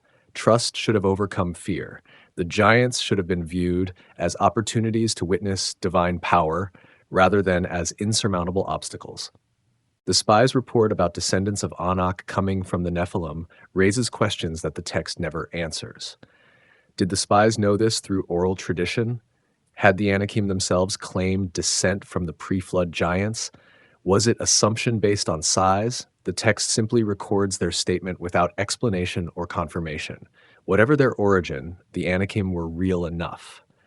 Later conquest narratives record battles against them. Joshua would drive them from most of their territories. Some would survive in Gaza, Gath, and Ashdod. From these remnants would come champions like Goliath generations later. The giant clans persisted for centuries, slowly diminishing but never entirely eliminated during the biblical period. The post-flood presence of giants, however explained, serves narrative purposes. It demonstrates that even after divine judgment, challenges remain. The flood cleansed the earth, but did not make it easy. The promised land would have to be conquered. Obstacles would have to be overcome. Faith would be tested. Each generation would face decisions about whether to trust divine promises or yield to fear. The giants also represent the persistence of chaos. Creation moves toward order, but disorder keeps reasserting itself.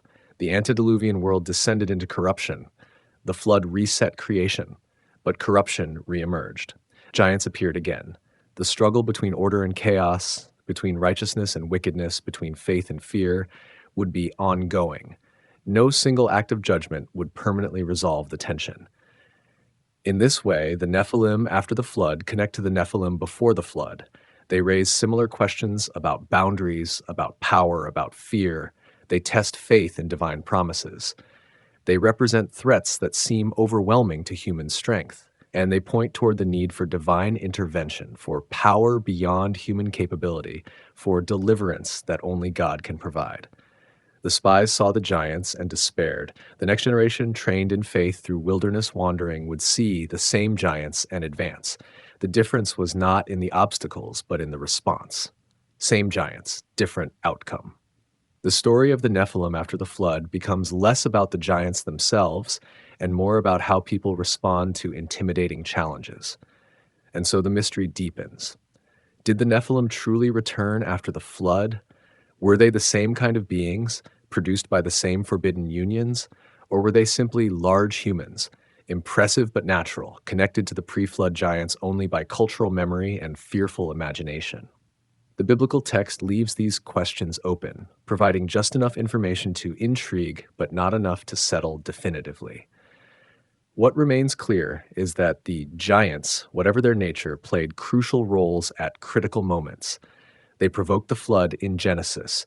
They nearly prevented conquest in Numbers. They would challenge warriors in the books of Joshua, Judges, and Samuel. Their presence marked turning points, tests of faith, opportunities for divine power to be displayed. The story that began before the flood continued long after the waters receded, echoing through generations until the last of the giants finally fell. The last of the giants, Joshua's campaign and David's victories. The flood waters receded. The earth began again, but the shadow of the giants lingered in Canaan. When the descendants of Abraham approached the Promised Land, they found it inhabited by remnants of those ancient bloodlines. The Anakim stood as the most prominent among them. Their name appears repeatedly in the conquest narratives, marking them as the primary obstacle between the wandering tribes and their inheritance. According to the book of Joshua, these giant clans occupied specific territories. The Anakim dwelled in Hebron in the hill country, spreading their influence across the southern regions. Beyond them lived the Emim, whom the texts describe as tall and numerous. The Zamzumim held territories to the east. The Rephaim spread across multiple regions, their name becoming almost synonymous with the giant races themselves.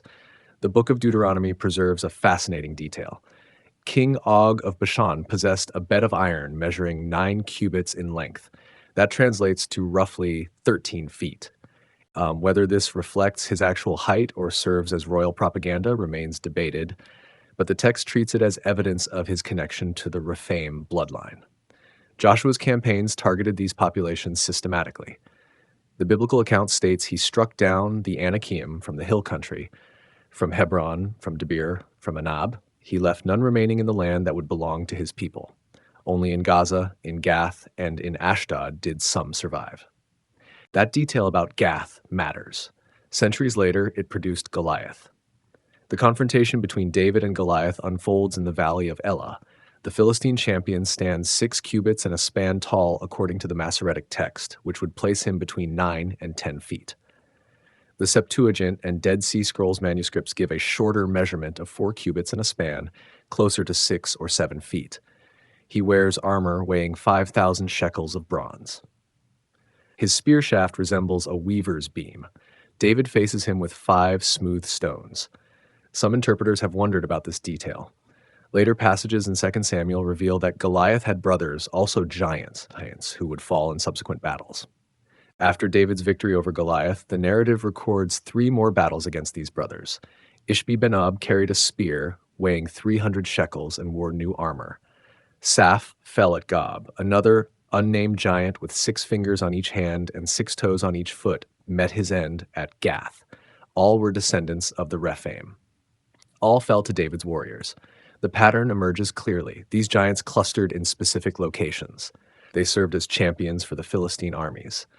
They represented the last genetic echoes of that pre-flood corruption, isolated in pockets, diminishing with each generation. The book of Amos contains a curious passage. God reminds the people that he destroyed the Amorites before them, though their height was like the height of cedars, and they were as strong as oaks. He destroyed their fruit above and their roots beneath. This suggests the conquest involved more than military campaigns. It represented a systematic removal of these bloodlines from the earth. Some scholars propose these giants suffered from medical conditions. Acromegaly and pituitary gigantism can produce exceptional height. Such conditions often come with weakened bones and shortened lifespans. This might explain why the giants, despite their size, consistently fell in battle. Their stature gave them presence but not necessarily advantage. Others note that ancient Near Eastern texts frequently employed giant imagery for enemies. The Egyptians described their foes as enormous to magnify their own victories. The question becomes whether these accounts describe literal giants or use literary convention to emphasize the magnitude of the conquest. The archaeological record provides mixed evidence. No confirmed skeletal remains of 9-foot humans have been found in Canaan from this period. However, the consistent geographical references to giant populations in specific cities suggest some historical kernel to these accounts. The Anakim, at minimum, appear to have been exceptionally tall people, even if not literally 10 feet in height. What remains certain is the biblical narrative's consistency. These giant clans occupied the land. They opposed the conquest. They fell, one by one, until only scattered individuals remained.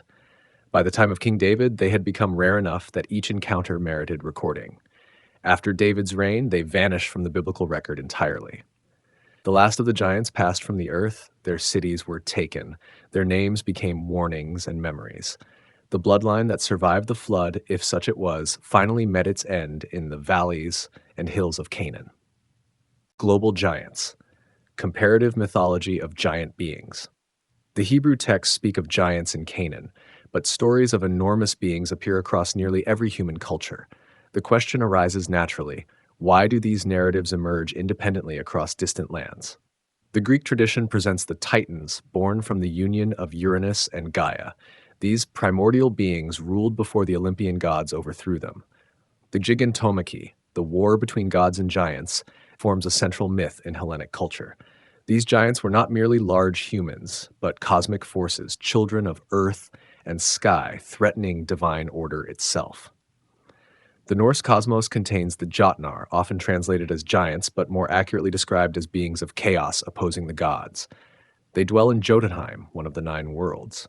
Some possess enormous size. Others appear human in scale, but retain their essential nature as opponents of cosmic order.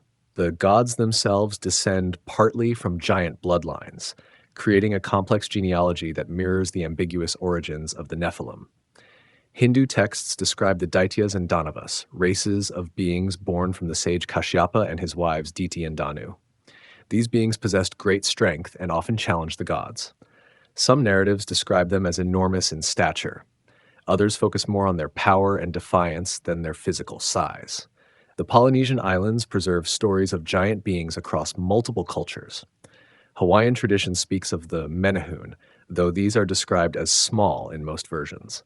More relevant are the stories of enormous warriors and chiefs whose size match their legendary deeds.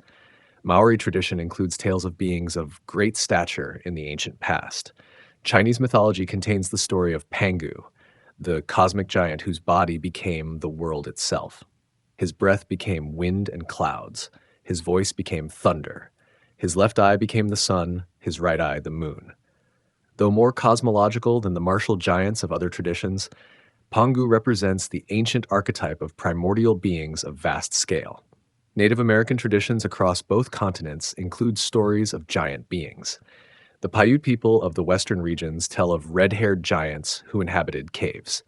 The Cherokee speak of the Nunahi, a race of spirit people sometimes described as larger than humans.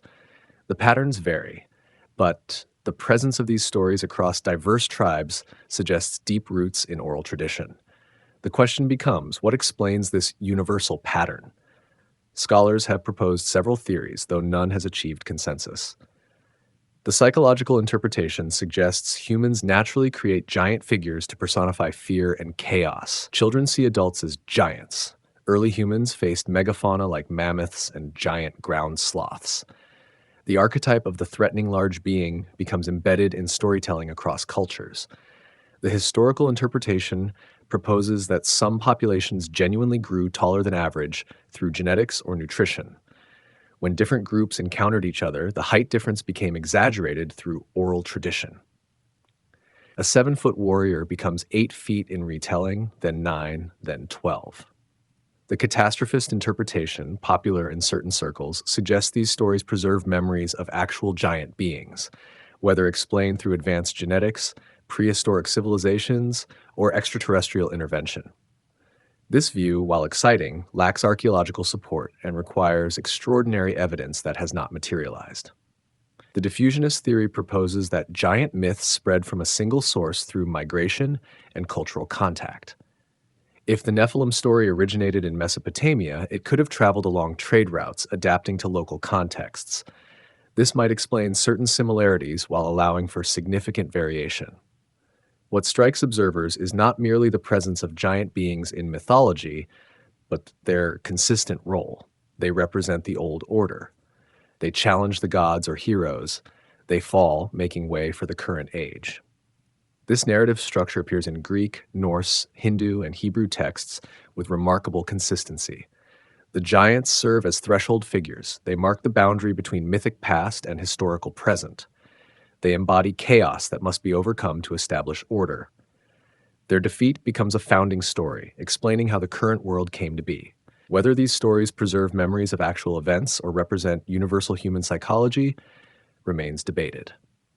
The archaeological record shows no evidence of 10-foot humans walking the earth in historical times. Yet the stories persist, carrying weight across millennia and cultures. The giant myths connect to something primal in human consciousness. They speak to our relationship with power, with the past, with forces that seem too large to overcome. They remind us that every age believes itself to have conquered the giants of previous eras, never quite certain what new giants might emerge. Bones of giants, archaeological and skeptical explanations. Photographs circulate online showing enormous skeletons held by archaeologists. The images appear compelling. The bones dwarf the humans in frame. Captions claim these prove the existence of ancient giants, but the evidence crumbles under scrutiny. Most such photographs originate from digital art contests. Worth1000.com hosted a popular competition in 2002 called Archaeological Anomalies. Participants used photo manipulation software to create convincing hoax images. These images escaped their original context and spread across the internet as genuine archaeological finds. They continue circulating today, accumulating layers of false provenance with each sharing. Some reports of giant bones do have historical basis, but closer examination reveals mundane explanations. In the 1800s and early 1900s, newspapers frequently published stories of enormous skeletons discovered in burial mounds. These accounts rarely included scientific verification. When investigated, such bones typically proved to be mastodons, mammoths, or other extinct megafauna. Thomas Jefferson himself collected bones from Big Bone Lick in Kentucky, believing initially they might be from giant humans. Scientific analysis revealed them as belonging to mammoths and ground sloths. The error was honest but instructive. Without proper anatomical knowledge, large bones can mislead even careful observers. The Cardiff Giant provides a cautionary tale. In 1869, workers digging a well in Cardiff, New York, uncovered a 10-foot stone figure. Thousands paid to see what many believed was a petrified giant, perhaps even proof of the Nephilim. Investigation revealed it as a hoax created by George Hull, who commissioned sculptors to carve the figure from gypsum. He buried it and later staged its discovery. The giant was fake, but belief in it spread rapidly. Actual medical conditions can produce exceptional height. Robert Wadlow, the tallest man in reliable medical records, reached 8 feet 11 inches due to hyperplasia of his pituitary gland. He required leg braces and a cane. His condition was painful and contributed to his death at age 22. Gigantism creates height but comes with severe disadvantages. Acromegaly produces excessive growth in adults after the growth plates have fused. It causes enlargement of hands, feet, and facial features. Andre the Giant suffered from this condition, reaching 7 feet 4 inches. But such conditions are rare and carry significant health burdens. A population of 9-foot warriors would face collective medical challenges, making them poor soldiers despite their size. Archaeological sites in Canaan from the Bronze Age show no evidence of systematically larger humans. Skeletal remains from Jericho, Hazor, and other cities indicate populations with average heights consistent with other ancient Near Eastern peoples. Some individuals were taller than average, as occurs in any population, but nothing suggesting a distinct race of giants. Megalithic structures fuel speculation about giant builders. How did ancient people move stones weighing hundreds of tons? The answer lies not in giant laborers, but in clever engineering. The ancient Egyptians left records of their construction techniques. They used ramps, levers, rollers, and large crews of normal-sized humans. Experiments have successfully replicated these methods. The moai of Easter Island weigh up to 80 tons. Local tradition explains they walked to their locations. Modern experiments prove this possible using ropes and coordinated rocking motions. No giants required, just knowledge and cooperation. Some researchers point to biblical and historical texts describing tall people as evidence, but descriptions must be contextualized. Ancient people averaged significantly shorter than modern populations. A man standing 6.5 feet tall in 1000 BCE would appear giant-like compared to contemporaries averaging 5 feet 4 inches. Goliath at 9 feet seems more plausible if most soldiers stood 5.5 feet, though even this requires accepting the biblical measurements at face value. The Smithsonian Institution regularly receives inquiries about giant skeletons supposedly in their collections. They maintain a page debunking these claims. No such skeletons exist in their holdings. The rumor persists that they're hiding evidence, but this conspiracy theory requires assuming coordinated deception across all major museums, universities, and archaeological institutions worldwide. Misidentified fossils continue creating confusion. In 2007, claims emerged of a giant human skeleton found in Saudi Arabia. The photograph showed scientists surrounding an enormous skeleton in situ. Reverse image searching revealed the photo as another entry from the 2002 digital art contest, recycled with a new false story. The appeal of giant skeletons lies in their promise of hidden history. They suggest our understanding of the past is incomplete, that mystery still lurks beneath the surface. This desire for wonder is human and understandable, but wonder should not require abandoning skepticism. Genuine mysteries exist in archaeology. We continue discovering new information about ancient civilizations, but the evidence must be examined carefully, sources verified, and claims tested against physical reality. Photographs without provenance, newspaper stories without follow-up, and tales of suppressed evidence do not constitute proof. The bones of giants, if they ever existed, have left no trace that survives scientific scrutiny. What remains are stories, misidentifications, and the enduring human tendency to see what we wish to see. The seed of the woman, the Nephilim in early Christian theology. The New Testament makes no direct mention of the Nephilim by name, but early Christian writers saw connections woven through the text, particularly in passages addressing fallen angels and the antediluvian world. The first letter of Peter contains a cryptic passage. After discussing Christ's death and resurrection, Peter writes that Jesus went and proclaimed to the spirits in prison, those who disobeyed long ago when God waited patiently in the days of Noah. The text locates these disobedient spirits specifically in the period before the flood. Early Christians reading this passage immediately connected it to Genesis 6 and the sons of God who took human wives. The second letter of Peter provides more detail. God did not spare the angels when they sinned, but cast them into Tartarus, placing them in chains of darkness until the judgment. The Greek text uses the word Tartarosus, evoking the ancient Greek concept of a deep abyss. though English translations vary in how they render this term. He did not spare the ancient world, but preserved Noah, a herald of righteousness, when he brought the flood upon the world of the ungodly. The sequence is deliberate: sinning angels, then the flood. The connection to Genesis 6 seemed obvious to early interpreters. The letter of Jude draws even more explicitly on the tradition. It references angels who did not keep their proper domain but abandoned their own dwelling. God has kept them in eternal chains under darkness for the judgment of the great day. Then Jude adds a striking comparison. Just as Sodom and Gomorrah and the surrounding cities gave themselves up to sexual immorality and pursued unnatural desire, they serve as an example by undergoing the punishment of eternal fire. The parallel suggests the angels' sin was sexual in nature, matching the Genesis 6 account of divine beings taking human wives. Jude goes further, directly citing the book of Enoch. He quotes Enoch's prophecy about the Lord coming with 10,000s of his holy ones to execute judgment. This citation of non-canonical text by a New Testament author created theological complications. If Jude quotes Enoch approvingly, does that validate Enoch's entire narrative about the Watchers and Nephilim? Early church fathers wrestled with these passages. Justin Martyr, writing in the 2nd century, explicitly accepted the angel interpretation. He described how angels transgressed their appointed order, became captivated by love of women, and fathered sons who are called demons. Justin saw direct continuity between the Watchers of Enoch and the demonic forces troubling his own time. Irenaeus of Lyon, writing against heresies in the late 2nd century, similarly acknowledged fallen angels who went after daughters of men.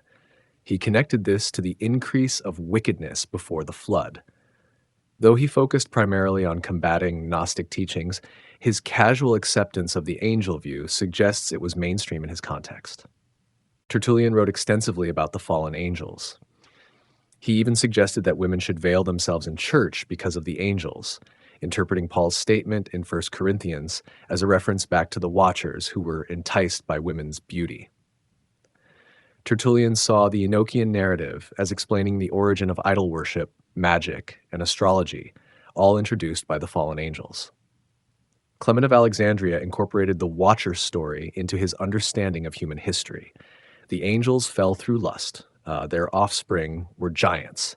These giants, though destroyed in body, became the demons that plague humanity. Clement wove this into a larger narrative about the corruption of knowledge and the need for divine revelation to restore truth. But questions arose. How could angels, being spirits, engage in physical reproduction? Did they possess material bodies, or did they temporarily assume flesh for this purpose? The mechanics troubled theologians. More fundamentally, the angel interpretation created a problem for understanding evil's origin. If angels fell through lust, that suggested a flaw in their created nature. But Orthodox theology held that God created all things good. How then did angels develop sinful desires? Additionally, Jesus stated that angels neither marry nor are given in marriage. How could this be reconciled with angels taking wives in Genesis 6? Some argued that fallen angels, having rebelled, were no longer subject to angelic limitations. Others saw this as evidence against the angel interpretation entirely. By the 4th and 5th centuries, alternative interpretations gained traction. Augustine of Hippo, the most influential Western theologian, rejected the angel view. He argued that sons of God referred to the descendants of Seth, the righteous line, who intermarried with the descendants of Cain. The Nephilim were simply violent men, not supernatural hybrids. The flood came because of human wickedness, not angelic corruption. Augustine's interpretation became standard in Western Christianity.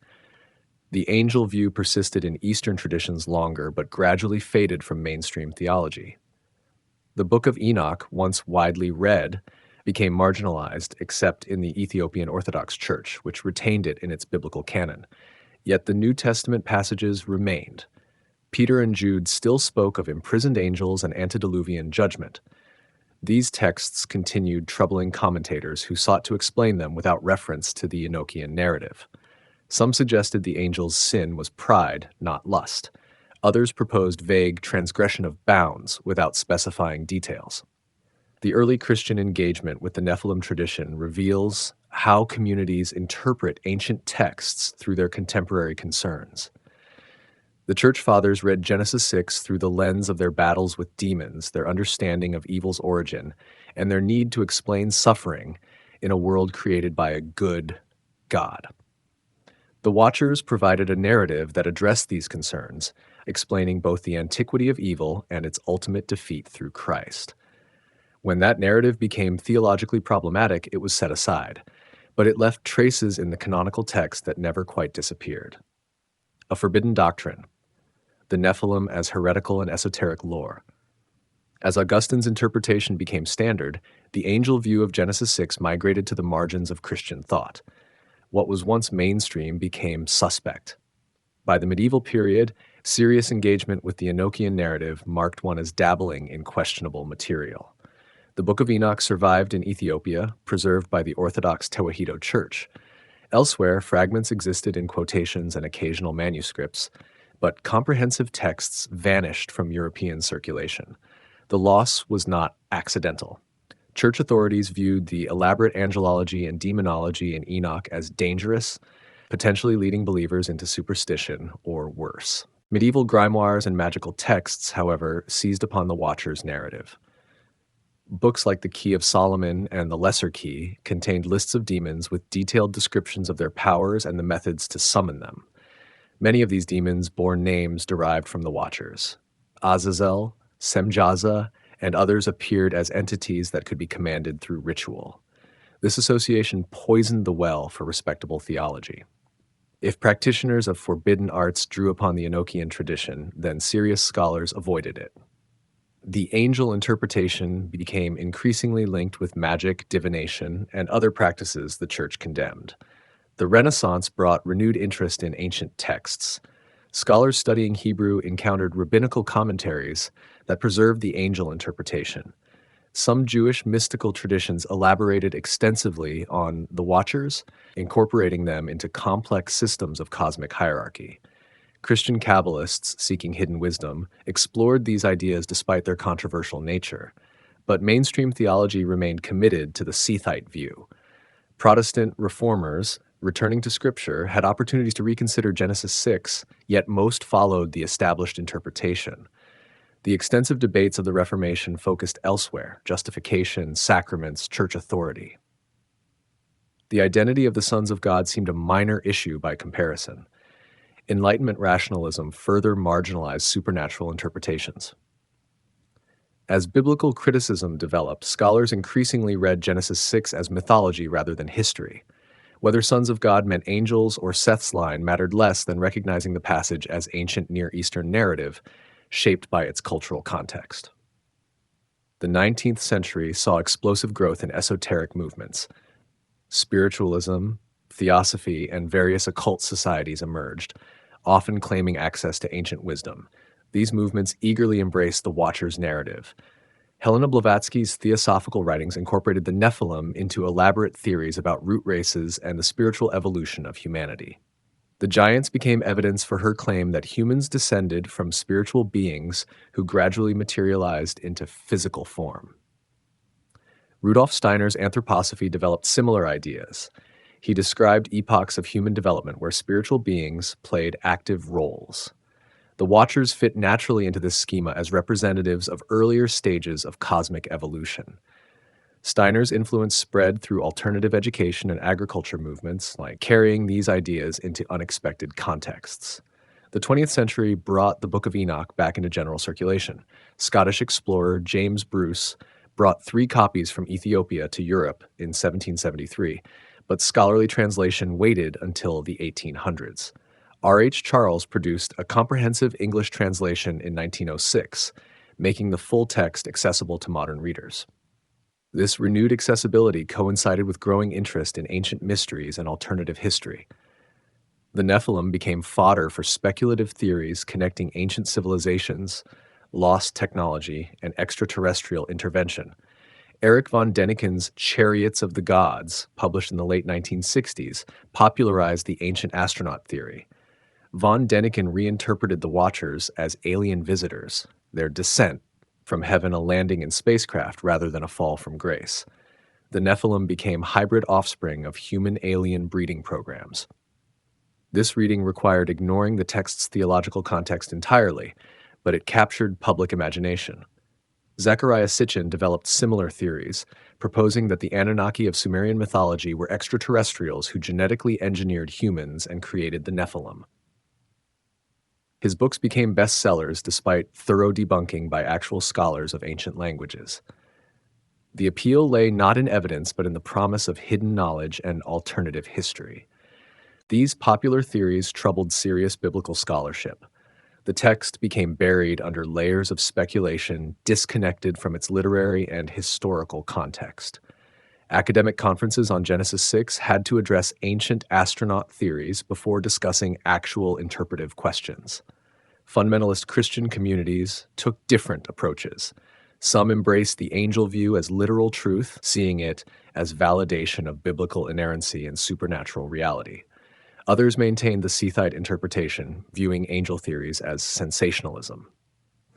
Debates grew heated as books and documentaries presented the Nephilim as evidence for end times prophecy. The esoteric association proved difficult to shake. The Nephilim appeared in occult literature, conspiracy theories, and fringe archaeology with such frequency that discussing them seriously required first distancing oneself from these contexts. Academic papers on Genesis 6 included disclaimers and careful methodology sections to distinguish scholarly interpretation from popular speculation. Yet, the questions the text raises remain legitimate. Genesis 6 does present interpretive challenges. The New Testament passages about imprisoned angels invite explanation. Dismissing these as mere mythology or ancient error leaves gaps in understanding the text's meaning within its own context. The migration of the Nephilim tradition from mainstream theology to heretical and esoteric lore reveals how interpretations can become culturally coded. Ideas carry associations beyond their content. The angel view became marked as dangerous or foolish, not solely through textual analysis, but through its adoption by movements the mainstream rejected. Whether that marginalization was justified or represents a loss of early Christian insight remains debated. But the effect is clear. Discussing the Nephilim today requires navigating a minefield of associations, distinguishing legitimate inquiry from sensationalism, and constantly clarifying which tradition one engages with. The Eternal Return, the Nephilim in Modern Culture and Conspiracy. The Nephilim have experienced a remarkable resurgence in contemporary culture. They appear in blockbuster films, best-selling novels, video games, and countless online forums. This ancient mystery has become a fixture of modern mythology, adapted and reinterpreted for new audiences. The entertainment industry discovered the dramatic potential of fallen angels and their giant offspring. The television series Supernatural featured Nephilim prominently, portraying them as powerful beings caught between human and angelic nature. The character Jack, son of an angel and a human woman, became central to later seasons. His struggle with identity and power resonated with viewers, translating ancient myth into contemporary drama. Video games embraced the mythology enthusiastically. Darksiders built its entire premise around the Nephilim, reimagining them as the four horsemen of the apocalypse. Devil May Cry featured half-demon, half-human heroes, echoing the hybrid nature of the original giants. Diablo incorporated Nephilim-inspired creatures throughout its dark fantasy world. These games gave players the chance to inhabit these mythic roles, experiencing the power and conflict of beings between worlds. Literature found rich material in the tradition. Novels ranging from young adult fantasy to literary fiction incorporated Nephilim characters and themes. The appeal lies partly in the built-in conflict. Beings who don't fit purely in either human or divine categories, struggling with dual natures and contested origins. But beyond entertainment, the Nephilim have become central to contemporary conspiracy theories. Online communities discuss them with intense conviction, connecting them to everything from government cover-ups to the bloodlines of ruling elites. The Nephilim bloodline theory proposes that giant DNA survived the flood and persists in certain families today. Proponents claim this explains why particular dynasties maintain power across generations. The theory merges with older anti-Semitic conspiracy theories about bloodlines, creating toxic combinations that traffic in ancient prejudices wearing new masks. Some versions connect Nephilim to claims about the Illuminati or other secret societies. The logic suggests these groups possess forbidden knowledge inherited from the Watchers, giving them power over normal humans. This narrative provides a simple explanation for complex social inequalities, mysterious forces operating behind the scenes rather than systemic factors requiring nuanced analysis. Ancient astronaut theories continue evolving. Recent versions propose that the return of the Nephilim is imminent, that extraterrestrial beings will reveal themselves and claim humanity as their creation. Some link this to transhumanism and genetic engineering, suggesting modern science is recreating the conditions of Genesis 6 through technology. YouTube channels dedicated to these topics accumulate millions of views. Production values have improved dramatically. Slickly edited videos present speculation as investigation, mixing legitimate archaeological footage with unfounded claims. The format creates an appearance of authority that casual viewers may not question. The internet's structure facilitates these theories' spread. Algorithms reward engagement, and controversial content generates engagement. Someone watching one video about giants gets recommended increasingly extreme content. This creates echo chambers where speculative ideas become treated as established fact through repetition. QAnon conspiracy theories absorbed Nephilim mythology into their broader narrative. The sprawling, ever-evolving conspiracy incorporated elements from multiple traditions, including claims about bloodlines and hidden powers. Though QAnon's specific predictions failed repeatedly, the community adapted, and Nephilim themes persisted as explanatory frameworks. Religious communities engage with this material in varying ways. Some evangelical circles teach about Nephilim as literal history and end times prophecy. Books like The Nephilim and the Pyramid of the Apocalypse present these ideas as biblical truth essential for understanding current events. Conferences and seminars attract substantial audiences seeking to decode hidden meanings. Other Christian leaders push back, viewing this focus as distraction from core gospel teachings. They argue that obsession with Nephilim speculation pulls believers into sensationalism and away from practical faith. The debate sometimes grows acrimonious, with each side questioning the other's biblical fidelity. Academic conferences on pseudo-archaeology and conspiracy theories now regularly address Nephilim claims. Scholars examine why these narratives persist and spread.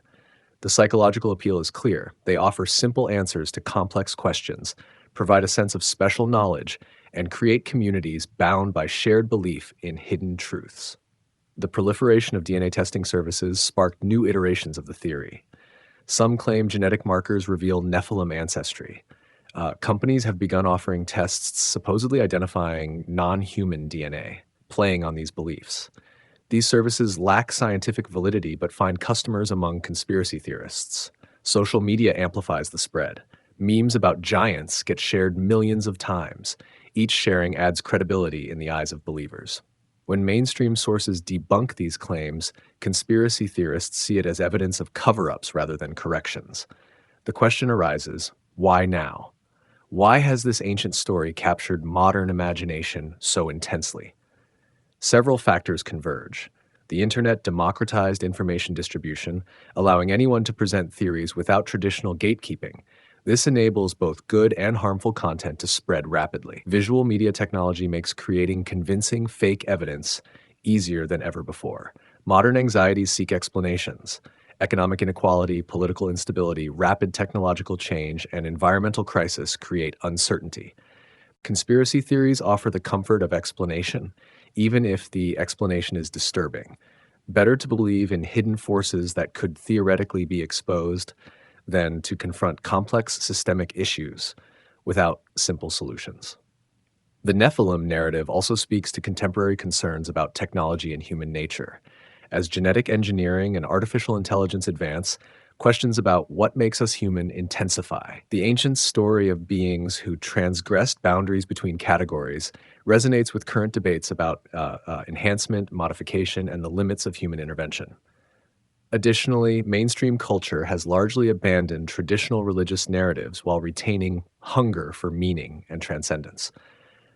The Nephilim offer mythology with biblical connections, but enough distance from Orthodox Christianity to feel fresh. They provide spiritual significance without requiring adherence to institutional religion. The commercial aspect cannot be ignored. Books, documentaries, conferences, and merchandise around Nephilim theories generate substantial revenue. Financial incentives ensure continued content production regardless of evidence.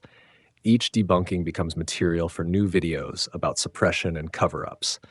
Yet, underneath the conspiracy theories and commercial exploitation, the original questions remain. Genesis 6 still puzzles careful readers. The texts still invite interpretation. The human tendency to tell stories about beings greater than ourselves persists across time and culture.